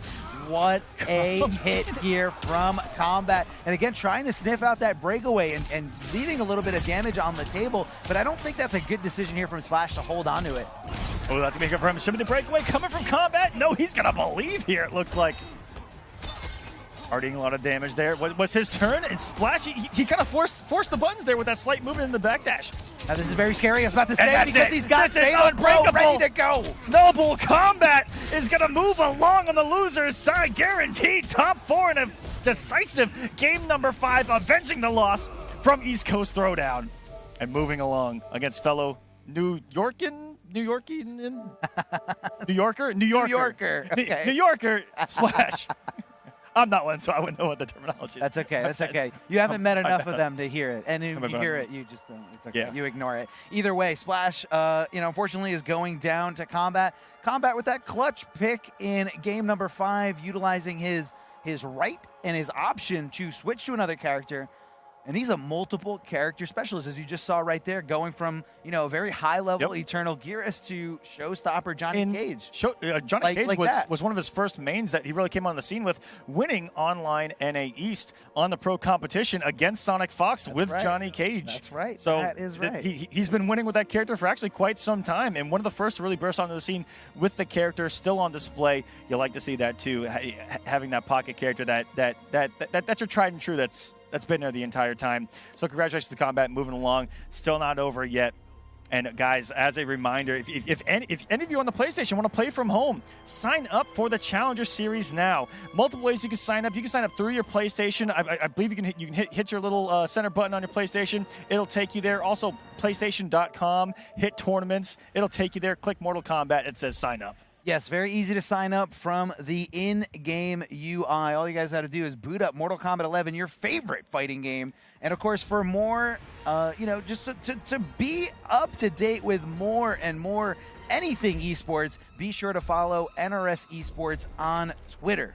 Follow the action, and you stay up to date on what tournaments are coming out, local events, major events, online events, everything fine and in between. Not just pro competition, all of competitive Mortal Kombat 11. Also, as a reminder, the Challenger Series is absolutely free. I just need to put that out there. Yes. It's absolutely free. Just sign up for it, play in Mortal Kombat. Very easy to do. I believe last time on the Challenger Series, you did get, access to very specific prizes. Yeah. All about the Challenger Series. You got the wallpaper and a few other things to show everyone your competitive spirit. If you advance far enough, you can get into some money. It all depends on the stage that you get to. Guys, check it out. Once again, if you guys want to see the website, go to PlayStation.com, find tournaments, click Mortal Kombat 11. Everything is right there. And being able to access from the console and the tournament itself happening on the console itself, it's so easy. Easy peasy. Lemon Squeezy. Okay. There you go. I like it. I like it. All right. I'm digging it. All right. So- All right. so- Up on stage, we have winners finals. These guys have not lost a set this entire weekend. But that statement is no longer going to be true after this. Somebody's going to be going down to the lower bracket, the losers bracket, the dingus brackets, whatever you're calling it. And they're going to be down to one last tournament life. Is it going to be Arn Kratos all the way from Russia, or is it going to be Ninja Killa? I want to talk about how close this top 8 has been. There have been only 3-0s so far out of all of these matches. So many, the rest being 3-2, 3-1, has just gone to show how close this tournament has been. We saw the same thing in top 16. So many 2-1s. So many. And for that to just continue here in the top 8, it's what we wanted, it's what we expected. We're continuing to see the upsets. Here we go in the winners finals. Kratos drawing first blood too. Coming to play, baby. Whiffing the projectile, and Arn Kratos recognizing that too, taking the turn. And is this one of the few characters that those projectiles do whiff on? I thought maybe a couple of right there. Maybe didn't do a string that jails into it. And we're seeing what we saw before. It's Soul Eater, and there are not many people that are ready for Soul Eater, baby. Does give him a 50-50 off the back one. We're going to see some classic MK9 Ninja animations. I'm excited here. And we're going to be seeing the introduction of Reptile in the game. As we can see, Shang Tsung possibly... Rain, Ermac. Yeah, it could be anything. So many ninjas on the screen as Shang Tsung just forms into them. Whack, whack! Oh, it hurts. It hurts. And there's a little Reptile slide for the side switch. I love there. Again, Arn Kratos keeping tabs on everything. How little damage he had left and his health bar. And again, the screen positioning, corner positioning is key at high level play. Big boot to the face. Every time. He finds it so well kicking around. That's what it's I'm literally watching MK9. Nobody can downplay Collector, and now nobody can downplay Shang Tsung at all. I don't want to hear it anymore.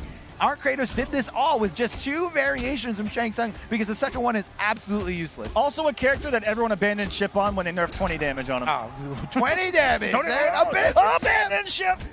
Here in the winners finals, doing just fine in multiple variations. The roundhouse going around the world.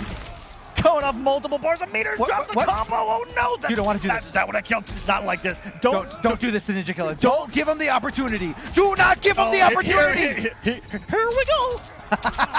He's gonna be pushing him closer to the corner. Not tapping into Fatal Blow just yet. Oh, he believes. Taking the risk. Yeah, just made the belief that he was gonna try to interrupt the cancel. Yes. But Arn Kratos, and I think that was a bold read because Arn Kratos has been someone defensive, holding on to block and using his best reactions to try to wiggle away from those throws, most of the time with the correct throw tech. So bad call from Ninja Killa, honestly. Bad call. I don't know if he hasn't been watching Arn Kratos' matches. Unless it worked.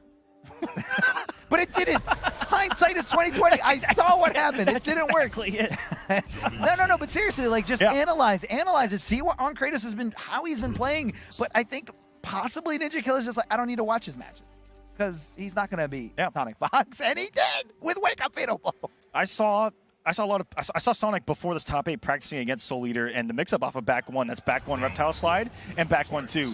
And he was struggling block it. He was struggling block it, trying to find a fuzzy there. Yeah. And what that opens up, I didn't realize until watching Arn Kratos here, is it really opens up the back 1 2 crushing blow. Oh yeah. If he enforces that low and you block low and just the overhead hits, you're going for a ride. Oh, big ride, a lot of damage. Now Ninja Killa switching over, staying with Johnny Cage, but instead going with outtake Johnny Cage, where he's going to have a little bit more to contest with in terms of zoning at the mid or full screen. Those arcing fireballs are incredible. Going just full, Arn Kratos not really risking too much, going regular strings, trying to jump in. Great anti-air from Ninja Killa, pushing him closer to the corner. Arn Kratos fighting back, poke for pokes, down fours and down fours. And the here we go forward the throw. Corner. Gonna keep him locked here. Johnny Cage has got someone knows this is the back throw. And you gotta reset the neutral here.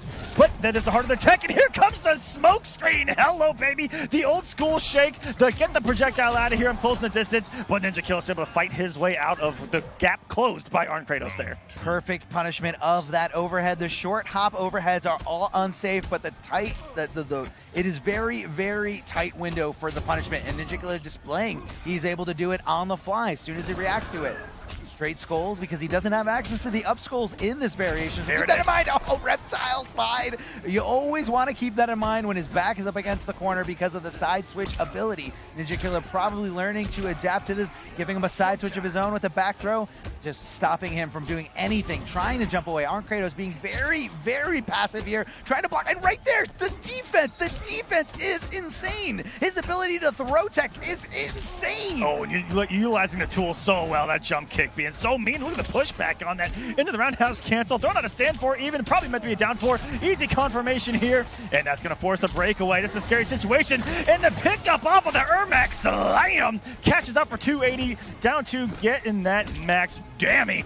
And now it's Arn Kratos, so close to the chip out, and tying with the skull, and tying us up at a round to piece. And I'm telling you, when he's got his back to the wall, watch him utilize that slide to really open up that crushing blow, because that threat of the slide's really going to be there for the side switch. Oh yeah, no, definitely going to be on Ninja Killer's mind. And, you know, we even saw he was susceptible to the crushing blow. Oh, hitting him with the low, that second hit of that string. Catches a lot of people off guard, but he drops the second Ermac lift.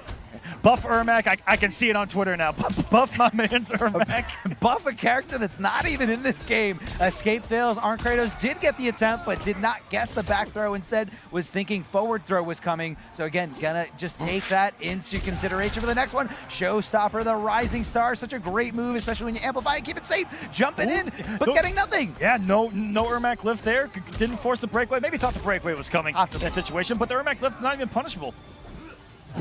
Big whiff there, just does a raw slide. And that was definitely not a punish or a counter. Ninja Killer just he wasn't watching his feet, just like a regular reptile player. I was going to say, just like a reptile player would do. Hey man, slide was good. So ready for it again with the tech. You're talking about the defense of Kratos. I don't know how he's so good at this. Like you have to guess. I mean, there is reacting to it, but you have to know. And when you're in the mid screen, you don't know which way your opponent's going to throw you. Oh, he bet it off. And I mean, 50-50. He bet it all. 50-50 right there. And he almost called out Ninja Killer to say, I've got you conditioned. And Ninja Killer said, You didn't say the magic word. Ninja Killer in control here, fighting back, getting on the board. Game number 3 here. The score is tied up 1-1, and I wouldn't have it any other way. These guys are going back and forth. The best of the best here from this weekend in winners finals. Big jumping kick from Arn Kratos. Whack, whack, such a sick animation to see it resurrected. Thank you so much, NetherRealm. I'll be the one to say it. And blocking the over at first attempt off the back 1-2. Ninja Killer looking prepped, but look at this health deficit position that Kratos has put him in. Oh, here we go. Getting a throw. Going to be tossing him in the corner. Side positioning, very important. And regular just... there was even no tech attempt there from Arn Kratos, as you didn't see the notification pop up. Coming in from downtown and closing out before he got that defensive bar. I think that was wraps no matter what. Arn Kratos, I gotta tell you, has made me a believer in Soul Eater Shang Tsung no matter what transpires today over the weekend. Wow. Like I said, what a character. You can no longer downplay this character. You can no longer downplay Russia. What a player. What a player. He is an incredible player, and that just goes to show you that it is possible to come from anywhere if you're willing to do it, willing to take the risk. Arn Kratos putting Russia on the map. Put the work in, ladies and gentlemen. Again, looking more inward to the solutions of the character rather than outward. Right, that's right. Hold on. He's getting his face punched in by Johnny Cage. Good answer by Ninja Killer here, as we are dead even in this winners finals match. The slugfest, man, going back and forth like crazy. A regular throw here, going to keep him in the corner. The forward throw, Arn Kratos. And look at Ninja Killer, how aggressive he gets, because right now he's sniffing out these pokes, and he knows as soon as I block down 4, it is my turn to swing, and I am going to be coming in oppressive fashion. So ready for the jump kick. He said, I'm going to have something active here before you even do the jump kick. It's getting anti-aired, and with no break away, Ninja Killer's response is pure aggression. And how scary is this young man when he turns up the heat? No pun intended on his main character. But wow, when he gets aggressive, it is scary to watch. It is. And, you know, and it's been, you know, Ninja Killer's Uprising is one of the most phenomenal and unique stories that have been out there. Ninja Killer, not an Injustice 2 player, but instead kept playing MKX because he loved the game, and everyone just kept saying... Pretty good game. Yes, I know you love it, Mr. Total back one as a mid. Okay. Either way, Ninja Killer able to just kind of make a name for himself and show everybody, I love playing this game and I am one of the best. And everybody said, you know, he's only good because nobody else is playing. He's only good because nobody else is playing the game competitively. MK11 was announced. It's like, okay, this is a completely different play. The game, you know, is different from MKX. It's not going to reward all this crazy nonsense offense. Ninja Killer, first tournament, beats Legends, wins the whole thing. Silence. Silence, complete silence, and he was able to prove himself and show everyone that he has what it takes to hang with the best. I mean, a real Cinderella story when it comes to, you know, any fighting game player's lore. I mean, incredible. No story better than Ninja Killer jumping over the other side, being really, really aggressive and really doing a great job of opening up Arn Kratos. Here we go, getting the back 3-4, the side switch. That's a risky string because everybody can interrupt that. It's scary, man. Everybody can interrupt that string, but you know, Arn Kratos knowing exactly when to throw it out, knowing that that low is going to hit, but Ninja Killer waiting for his opportunity, not panicking, and even has the corner position. Ninja Killer on match point right now. A little too late on the meteors. Arn Kratos giving Ninja Killer the time to wake up north, a kick in the north. Okay. A little juggle here, going to be pushing him closer and closer, and just, again, so much damage just ticking away here. But we know the real damage from Johnny Cage is once that fatal blow comes into territory. You only make him stronger the more you hurt him, it feels like, against Johnny. So what I find is that you need to put yourself in a position where you can kill him, like get him right before fatal blow and then go for the kill. But Ninja Killer absolutely running with this, and the throw on that guy is going to do it. Breaking the back, and 2 grand finals on the winner's side is Ninja Killer here at NEC. Wow, what a performance. Arn Kratos fighting tooth and nail, though, took it to him, and it was a couple decisions I found in what that game number 3 that could have changed everything. Yeah, I mean, a few decisions, and you saw Ninja Killer just adapting on the fly, whether that was him just kind of, you know, reassessing the situation, knowing exactly where those down 4 pokes were coming, and knowing exactly that Arn Kratos willing to block, just keep blocking. And he exploited that very, very well. It was a couple of just micro decisions here or there that could have changed everything. And Ninja Killer, in those moments, that's kind of where he thrives, though, is outreading his opponents in those magical moments. And Arn Kratos is going to go into losers finals, where he may have a rematch with Sonic, or he may have a matchup with Kombat. We will find out here after this next match as we go down to the losers side. It is going to be Sonic Fox versus Kombat in loser semis to set our losers finals. What a match! What a tournament! Oh no, this has been incredible. Again, you had everything. You know, you had the usual suspects, the usual guys in the top 8. You know, Sonic Fox made it in, Ninja Killer. Even Dragon got the top 8, even on the lower side or the loser side. Again, whatever you guys want to call it. And he's a loser to me. He lost. Okay, either way, let's not name call here from the commentary desk, because it's so easy to do that. I'm just saying, you know. We're just stating facts. Yeah. We're just stating facts. But, you know, Arn Kratos, that outlier that nobody saw coming. Nobody. I don't even think Arn Kratos knew that. I was talking to him before the tournament even started, and I said, "You ready to go all the way? You ready to win this?" And he says, "No." Oh, come! I promise you gotta have that confidence, Kratos. But he didn't. He did it. But maybe that helps him. You know, yeah, everybody's wired a little bit differently. Some players strive in a competitive setting where, you know, they put the pressure on and they feel like when the pressure's on, I can deal with it better than anyone else. And some players crumble under the pressure. So sometimes they just kind of, you know, lay back. Yeah. Try to relax, try to breathe. Maybe he just doesn't think that far ahead, or doesn't want to think that far ahead, and just lives in the now. You know, in the match, one game at a time, one step at a time, and focused on Sonic Fox, and then focused on Ninja Killer, and now he's going to focus on the winner of this coming up next, and nothing more, and literally nothing more. That's it. Nothing more. That's all he needs. So Arn Kratos watching very carefully. Sonic Fox sticking with their pick of Collector from all weekend, thanks to the tweets that they made throughout the past several weeks about Collector being amazing. This amazing character that everybody is overlooking. Oh, that's a big punish here from Kombat. Going to be doing down to, no, leaving him standing. Perfect opportunity here. I don't think the sand clone is going to last long enough here. Yes, it does go away after the throw animation. Going for the dick throw, and Sonic Fox ready to jump away, ready for this full combo punish. Oh, you wanted to get 15%? Well, for that, you're risking getting hit for 35%. Getting hit for about 350. Thanks, Massive damage.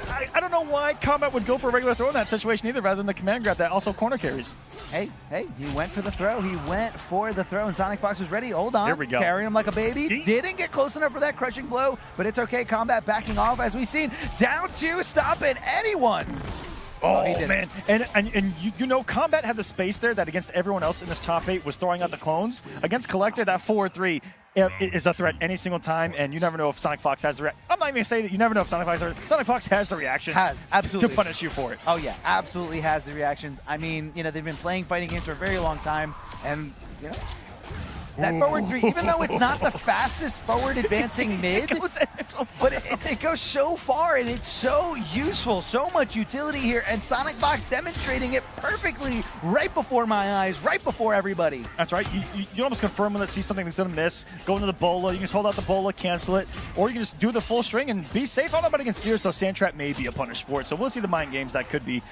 Here, and there's a short hop punish on the command throw. Sonic making all the right reads, and with no breakaway, drops the combo. Didn't get the ender of all things. Got the hard part of the combo with the down 1. Well, he dropped. I feel like yeah, you're right. He dropped the easy part of the combo. Yeah, he hit the down 1. He hit the hard part of it.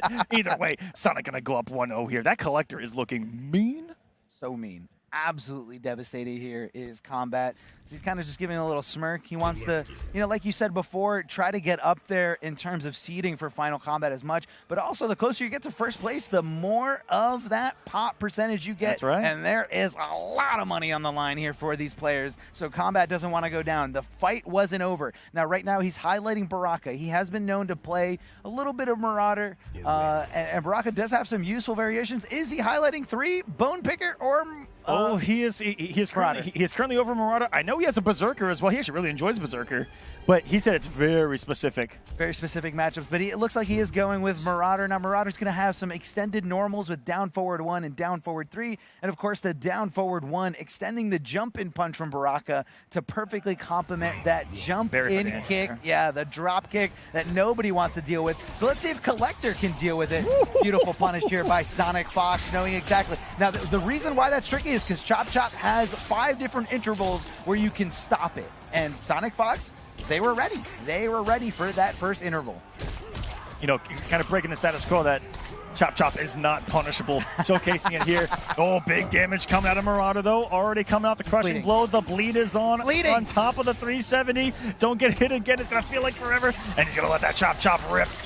So was it a guess the first time? Was it just a correct guess on one of the 5 intervals? And Kombat was willing to take the test, knowing he's got a huge life lead, throwing out that forward 4, not committing to the forward 4-4, which is very, very negative. Hold on. Sonic Fox finding the opening, going to be tossing him up.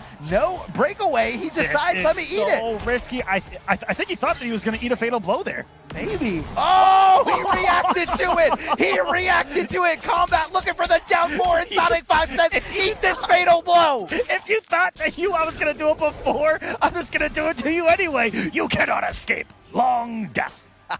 Round 2. Oh, unfortunate for Kombat. I thought he started off great, despite getting punished for Chop Chop right out the gate. Oh, my God. Oh, my God. The up 2, maybe something that Kombat did not take into the equation, is that Collector is one of the few up 2s that will punish. It goes really far, too. Really far, really high. It's a good one out there. It's a good one. It's a good one. No one can downplay that. All right, command grab, again, hitting mid. The only way to avoid it is by hopping or jumping forward. Away from there, as you can see, the neutral jump from Kombat, the extended down 1, variation specific. And he's just finding Sonic Fox. Sonic Fox with the throw escape, knew exactly which way Kombat was trying to throw him. The Fantar as well, trying to mix up off the hits on the down 1, where the command grab is coming, whether 1-2, whether the forward 1. Here we go. What's the mix? Is the imply going to kill this lot of damage here at the end? And it is not going to be enough for the chip, go for the down 1 chip out, but doing the perfect. Then there's Kombat, could have been an input error, and there it is. Sonic Fox going up 2-0. That short hop had to have been an input error. We're just trying to go for a quick overhead knockdown because it's not something that's going to come naturally to Baraka anyway. Yeah, Baraka has a single hitting overhead in the back 2, but it's a very slow move, and it has a really big tail that Sonic Fox would definitely see coming from a mile away. So I think Kombat was trying to complement Baraka's back 3, which right around the same frame startup. And just looking for the overhead, but you really think it was an input error? Or went for a flawless block up 2. Could have done a flawless block up 2, or maybe he thought command grab was coming and just wanted a short hop, get out of there. Who knows? But either way, it doesn't matter because Kombat is down 2-0 against the greatest player to play Mortal Kombat 11. I did talk with Kombat about if this matchup potentially happened, and he said he was really feeling Kotal Khan, seeing how Pillow did yesterday, and knowing how he plays Kotal Khan versus how Pillow plays Kotal Khan. Could come into play here. A little more aggressive on the command grabs. We'll see how it works out for Kombat. Is a very competent Kotal Khan player. Yes. Let's see. And I believe he's going to be accessing Ascension, the first variation. Yes, the variation that has the command grab. You know, if you can't beat him, join him. Mid-command grabs for days. Both these characters are going to have them. Going to be hit confirming, launching up, trying to get the command grab, but gets it anyway after the breakaway. Now Sonic Fox is in a bad position here. He doesn't have access to any wake-up attacks. He's just got to rely on his reactions. And the whip punish here by Sonic Fox. Walked back a little too far on the 4-2. I really love what I'm seeing out of Kombat, though. A lot of Cordals, including myself, are a little too committed on his combos. Just doing the forward 1 command grab like he did also keeps it safe from the breakaways. If you overextend, can be punishable. When you try to enter combos in command grab, you'll see that a lot from Kotal, but I'm loving the spacing from Sonic Fox already, and knowing the punishes on the whiff, sun discs, everything. There goes the breakaway, the walk up, and that's a scary position to be. How much mix-up is off of Kotal's 1-2 is ridiculous. Flawless block, up 3, but Kombat finds himself in the corner. This is a bad spot. He needs to get out of there. Down 2. Hey, you got to get out one way or another. No! He whiffed. All he had to do was forward 2. He was whiffing forever. Oh no, what a mental mistake from Kombat right there. Kotal's fatal blow goes nowhere and nowhere slow. Wow. Is what it does. But if you did a 4-2, 4-2-4 into it, game blouses. Easily. I think he just didn't no think he would breakaway. get there. He actually could have just punished him and killed him without even utilizing the fatal blow. Either way, you can't think about it. It's all in the past. Never happened. Restart. You can't change it, but hold on. A big punish here from Sonic Fox. Yeah, tell me. Committing to the con cut right there was making a read that Sonic Fox was going to make a read on the command grab. Layers. Read on the read of the read. That's right. I think you think I think that, but hold on. And you thought. And you thought. And you thought. That's going to be another punish. Sundisk is so bad on whiff. If Sonic Fox blocks that, nothing. But if he makes it whiff, Kotal is going to sit there for 20 years. 20 years officially. That's literally right here, and this is just mayhem here for Kombat. No, I honestly hate to say it, giving Kotal a taste of his own medicine with that mid command grab. If I can. Oh no! What is this? I mean, he hasn't played Kotal all tournament, and this was just a mop in here from Sonic Fox. I would have loved to see maybe one more game with that Baraka, but pure dominance here from Sonic Fox. I honestly thought he was going to get more aggressive with the command grabs. We didn't see one. I don't think we saw one command grab in the very first round when the match started, and he went for the Oki 4-3-4, and that was it. Well, it's because he thought, Sonic Fox thought, that I thought you were going to throw paper, but you're throwing rock, and it's guesses. When it comes to fighting games are like ogres. Like onions, they have layers. Ogres are like onions. Yeah.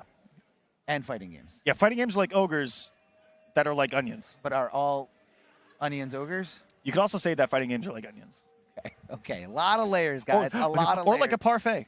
All right, so here is the breakdown of the top 8 bracket here at NEC. Of course, we have Ninja Killa 212. The infamous, the one and only, sitting pretty here in the grand finals on the winner's side. Now, because this is a double elimination tournament, Ninja Killa has to lose twice in grand finals in order to be eliminated from the tournament. And coming up here in the losers finals, aka the lower bracket finals, Arn Kratos, who lost to Ninja Killa in the winners finals, keep up because the way you want to think about this is everybody has 2 tournament lives. And as soon as you lose in the winners finals, the winners bracket, and find yourself in the losers bracket, you are down to your last tournament life. So whoever wins out of Arn Kratos and Sonic Fox here in the losers finals is gonna have to defeat Ninja Killa in 2 consecutive sets. If you are Ninja Killa, you got to be kind of, I would think on paper, be pulling for Arn Kratos because, again. I looked at the history between Sonic Fox and Ninja Killa. It was a lot more one-sided than I thought going in. Really? 5-1 in Sonic Fox's favor in the pro competition. I mean, Ninja Killa was the one victory he did get was at DreamHack Montreal. Yes. But since then, Sonic Fox has gotten the run back at ECT. Yep. And, I think it's in Sonic's favor. Not only that, but, when you're in grand finals on the winner's side and you send somebody to the loser side, you are okay with come back to me. Come back so I can beat you again. But we've seen that turnaround. We saw that at CEO when Dragon defeated Sonic Fox, and Sonic Fox came back to reset the bracket and so win the whole scary tournament. in that situation, but it's going to be the run back between Arn Kratos and Sonic Fox coming up next, ladies and gentlemen. But before we do that, we're going to be right back with our final break before the The top 8 is almost done. We're breaking it down to losers finals and grand finals here. Only 3 players remaining. Those 3 players are Ninja Killa, who's sitting in grand finals on the winner side. And in the losers finals, we have Sonic Fox going up against Arn Kratos. In a matchup that happened in the first round of this top 8, the first match of this top 8 going 3-2 the distance, and it was the upset of Arn Kratos over Sonic. It is statistically near impossible to defeat Sonic twice in the same tournament. Only a few humans on this planet can say that they've done that. That's true, that's true. And Arn Kratos is going to try to do it here. And then it will be on Sonic if getting that to try to beat Ninja Killa twice, and again, that has been an epic rivalry of the ages. We'll get into that, depending on who wins here in this epic run back. Down to out of the sky, beautiful anti-air from the Fox, slamming him down afterwards with the command grab, and Arn Kratos really getting paused back and forth. Regular throw, Sonic Fox possibly trying to create the stipulations for the crushing blow requirement because we know how much damage it does, and Collector has access to it on both sides, but man, what a forward 3. Perfectly executed by Sonic Fox. Going through everything right there, and I'm seeing maybe a little bit of adjustments from Sonic from their winner's side match, stopping the jump kick early because we saw how much Kratos was able to get that established on the winner's side and really control the pace of the match towards the end of it in that game number 5. Oh, hold on, a little slam here, getting caught by that stray low from the Collector, not quite shipped out, and a miscalculation, a misspacing here on the up skulls from Arn Kratos. Arn Kratos, again, going with this Roarlock variation, trying to possibly just create a little bit more distance between himself and his opponent, but we all know how well the Fox has been utilizing that teleport. Look at the spacing from both of these players. Sonic Fox knowing his punishes at distances on those up skulls, and you see Arn Kratos spacing out these normals perfectly. These are playing such a great game of Mortal Kombat 11 between each other. Excellent stagger the forward one from Sonic, and here comes the command grabs. Are we even some loops? No, the up 3 says, I don't want to guess anymore. I don't. I just want the invincibility frames, the invulnerable frames, whatever frames you want to call it, to just get through anything my opponent is dishing out. What a punish.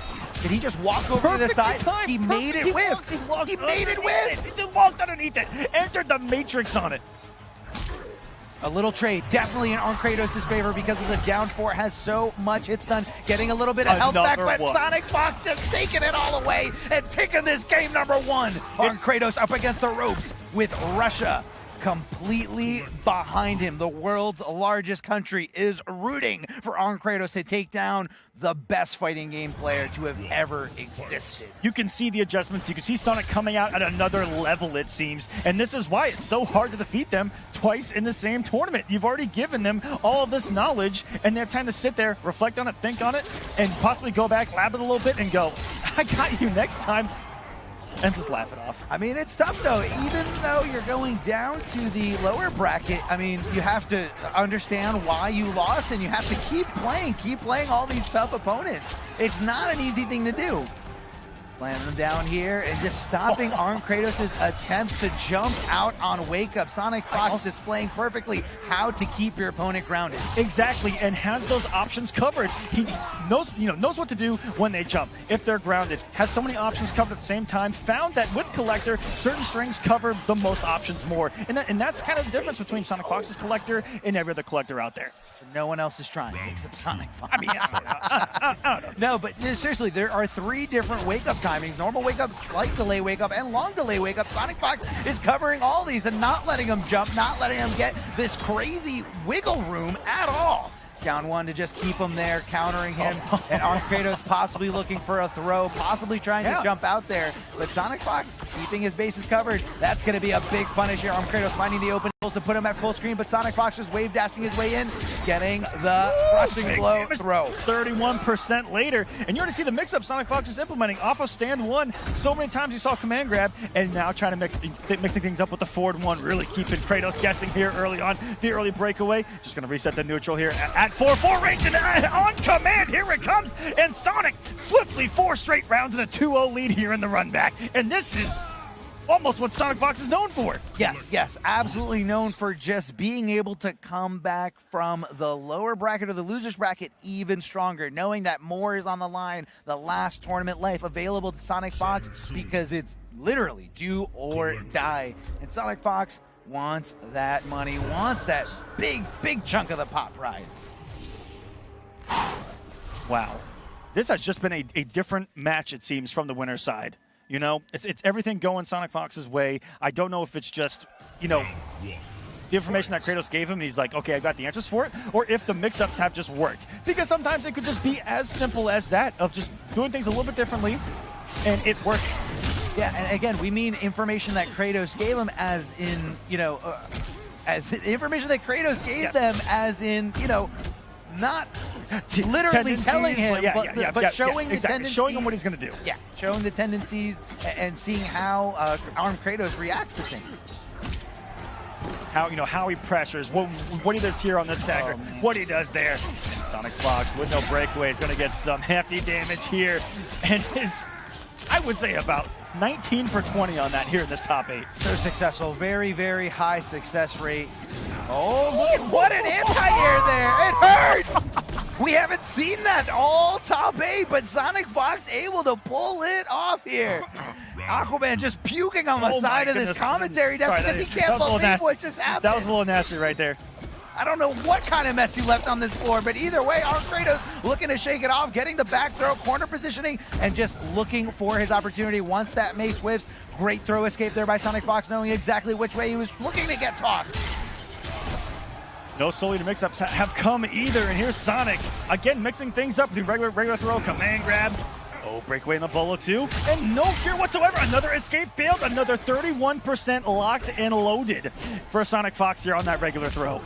It's insane. It is very scary, and you got to know because Collector does have the crushing blow on both forward and back throw. So you got to watch out. You can't play to or away from it. You just got to guess. And he corrects right. No longer on the table. Crushing blow is avoided here so far because of that successful tech, but it doesn't matter because Sonic Fox, no, not this time. Not going to work again in Sonic. 6 straight rounds, 3 over on Mercy! And he shows mercy! What an absolute savage! Does not care about Arm Kratos' feelings, does not care about what's going to happen or what could happen because he's ready to chip him out, ready to just stop this reptile slide because why not? Let's do it! Oh, he tried to bet it all on the overhead, and Sonic moving along to grand finals.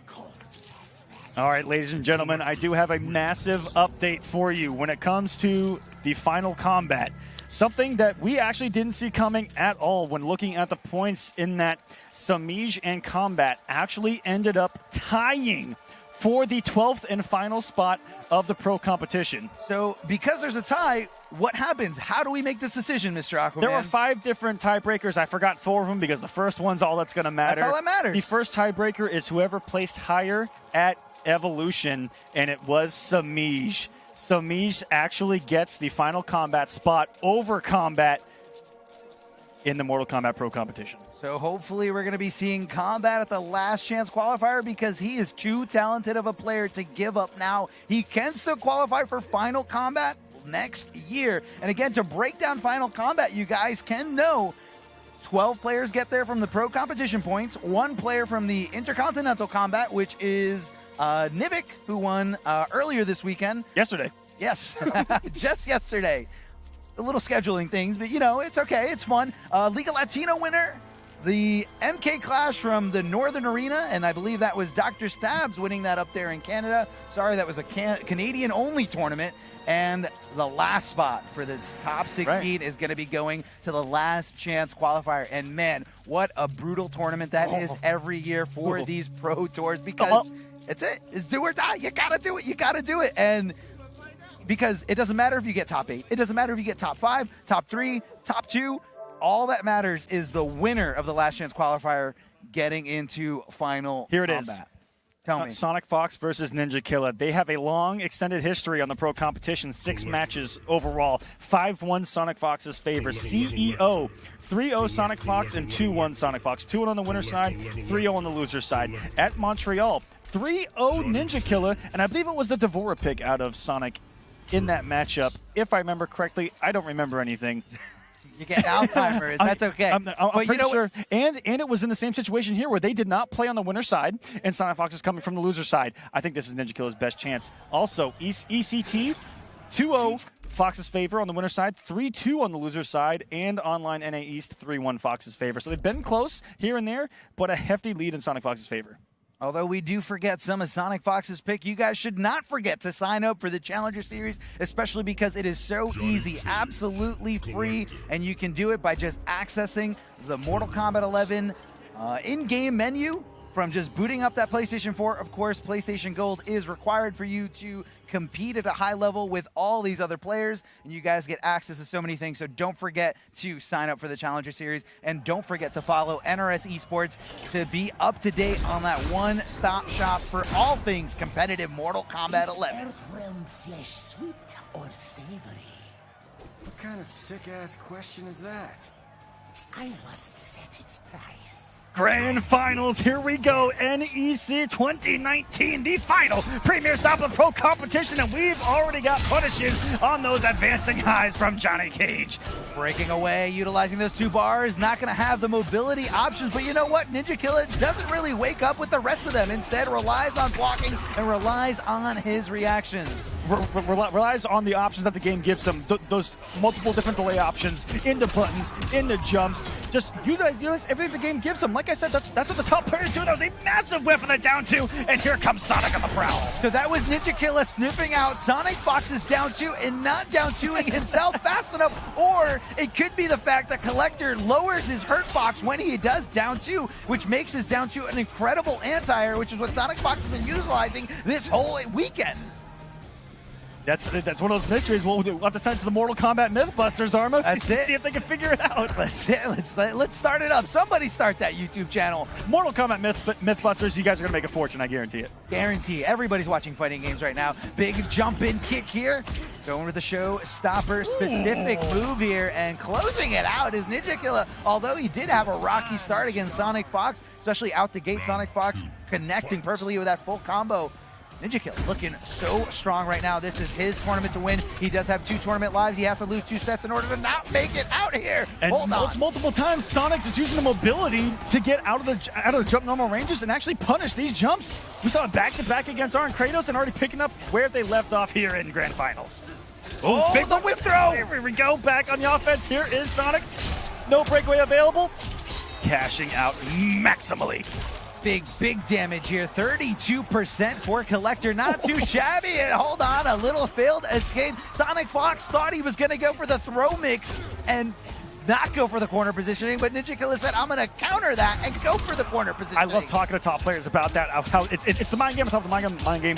Like the first layer was actually going to work because you're worried about layer number 19. Yes, exactly. But hey, Yomi layers only go 3 layers deep. That's it. Oh! And we haven't seen much of that again at the highest level. Not in every single set, but hey, if you're going for a throw and somebody knows you're going for a throw, all you got to do is neutral duck, wait for it to whiff, and down to crushing blow for a lot of damage. Blows up the counter poke attempt right there, trying to blow up the whiff jump again. A Sonic Fox that forward-1. Ninja Killa having absolutely none of it. 255, still some great BMP damage out of all of these characters. If you can hit 250 to 300 for a bar, you're playing MK, and almost every character can.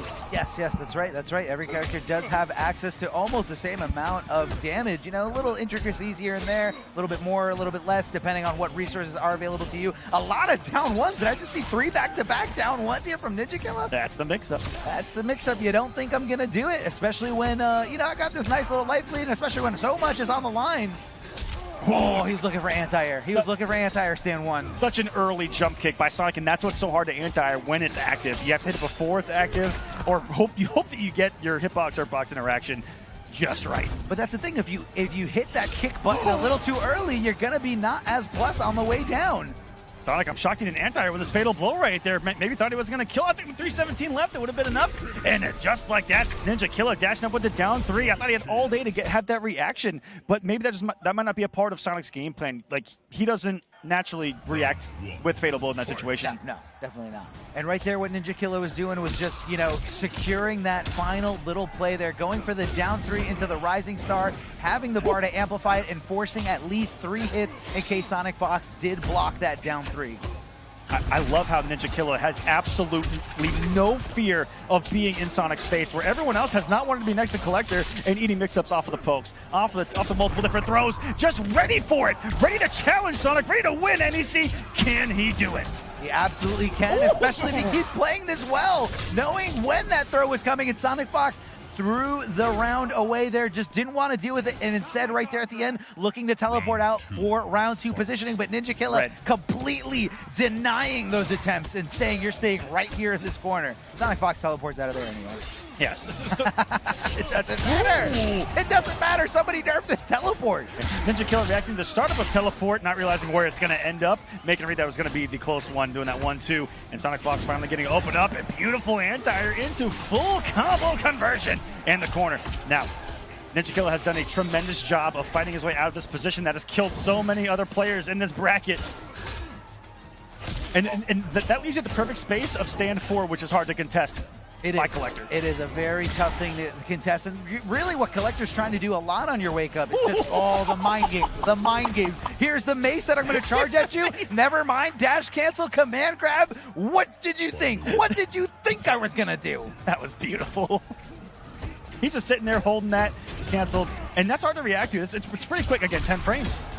Everyone's talking about it. If you can execute it perfectly there, just kind of minimize it, know exactly when to dash or when to cancel that dash, you get it out as soon as possible. That's what Sonic Fox is doing. Sonic Fox just ate 280 for the side switch attempt. Didn't do the far teleport. Ninja Killer's reacted to every teleport, it seems, with that 1-2, ready for the punishes of the close ones, even if he has to sacrifice, potentially eating something in the long run of the far teleport.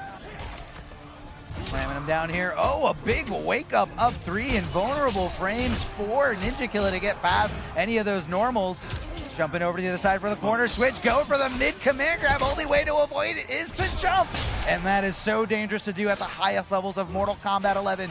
Getting right under the perfect block! Perfect flawless block by Ninja Killer, and all of a sudden, tournament point for the young man. He said, that's not safe. Not safe against me. Not safe when I got the skills and the even Sonic was a little shook. Yeah. Oh, no, not an easy thing to do. Not an easy thing to do at all. Yeah, in order to fully execute that flawless block, you have to block as late as possible, and it is a very, very tough thing to pull off. Within a 3-frame window, if I remember correctly. Yeah. Oh! It's disgusting. It's disgusting how good these players are. Master for Mortal Kombat from Ninja Killer, poised to try to take NEC. Look at the dominance so far early in this round. Will it be a 3-0? Does Sonic have a comeback in them? Let's see. A good start here. Standing position, no access to wake-up attack, but does not guess correctly on what to do afterwards. Possibly should have gone for the throw, but who knows? Ninja Killer could have reacted just like he did right there. The throw escape, poking back and forth. The perfect jump in, but doesn't get the full combo. And Ninja Killer just stopping it there with a down 1. Ninja Killer on match point right now. Tournament point right now. This is actually, I believe this is going to jump up Ninja Killer over a Fox and Grandpa, possibly over Tekken Master for your 3rd seed. What a jump from jumping in over halfway through the pro competition, or I think right at halfway. Yeah, I mean, that is insane because, Ninja Killer wasn't at every single event, but every single event he went to, he performed phenomenally. Great throw there, but did get the failed escape. Sonic Fox not guessing the forward throw, but instead guessing the back throw. That is someone who knows the spacing of the game so well to know that jumping is going to whiff, even if it was an active jump normal, to get the throw on the wake up there. I love how Ninja Killer did the neutral duck there, but it's so scary when you're in forward range. Oh, that's going to do it! Ninja Killer, one more hit, gets to the down 1, and he becomes your NEC champion! Vengeance over Sonic Fox after 5 losses on the pro competition, and 3-0 over the #1 seed before Final Combat. Ninja Killer, your champion. 3 straight games from Ninja Killer, able to get the run back from the run back, able to get revenge against Sonic Fox, without even using Liu Kang, going all Johnny Cage here against Sonic Fox. Not entirely in this top 8, but able to just show everyone that I'm not just the best with Liu Kang. I'm the best with multiple characters, and I have what it takes to hang and beat the best.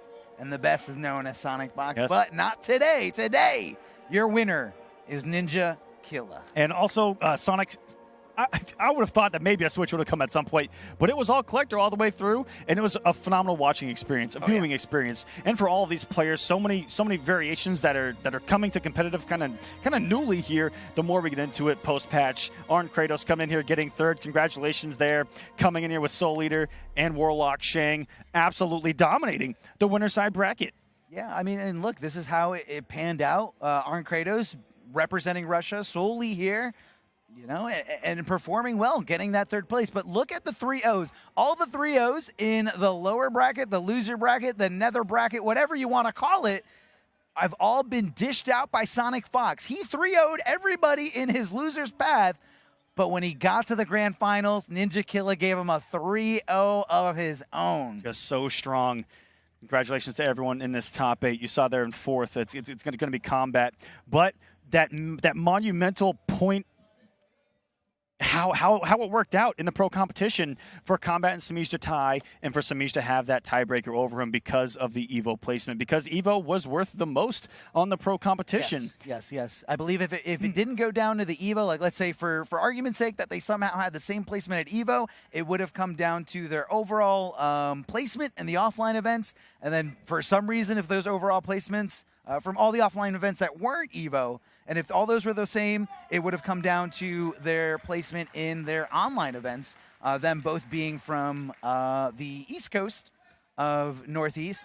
Would have been determined that way, but doesn't matter. Like you said, like I said, first one. For first one is what separated them, and Samij is going to go to Final Combat. But also follow at NRS Esports on Twitter, just in case. But I got the note here that it's pretty official there. But yeah, just follow at NRS Esports anyway. If everyone in the chat can go and do that, it takes 5 seconds. I appreciate it, and so does everyone over there at NRS Esports.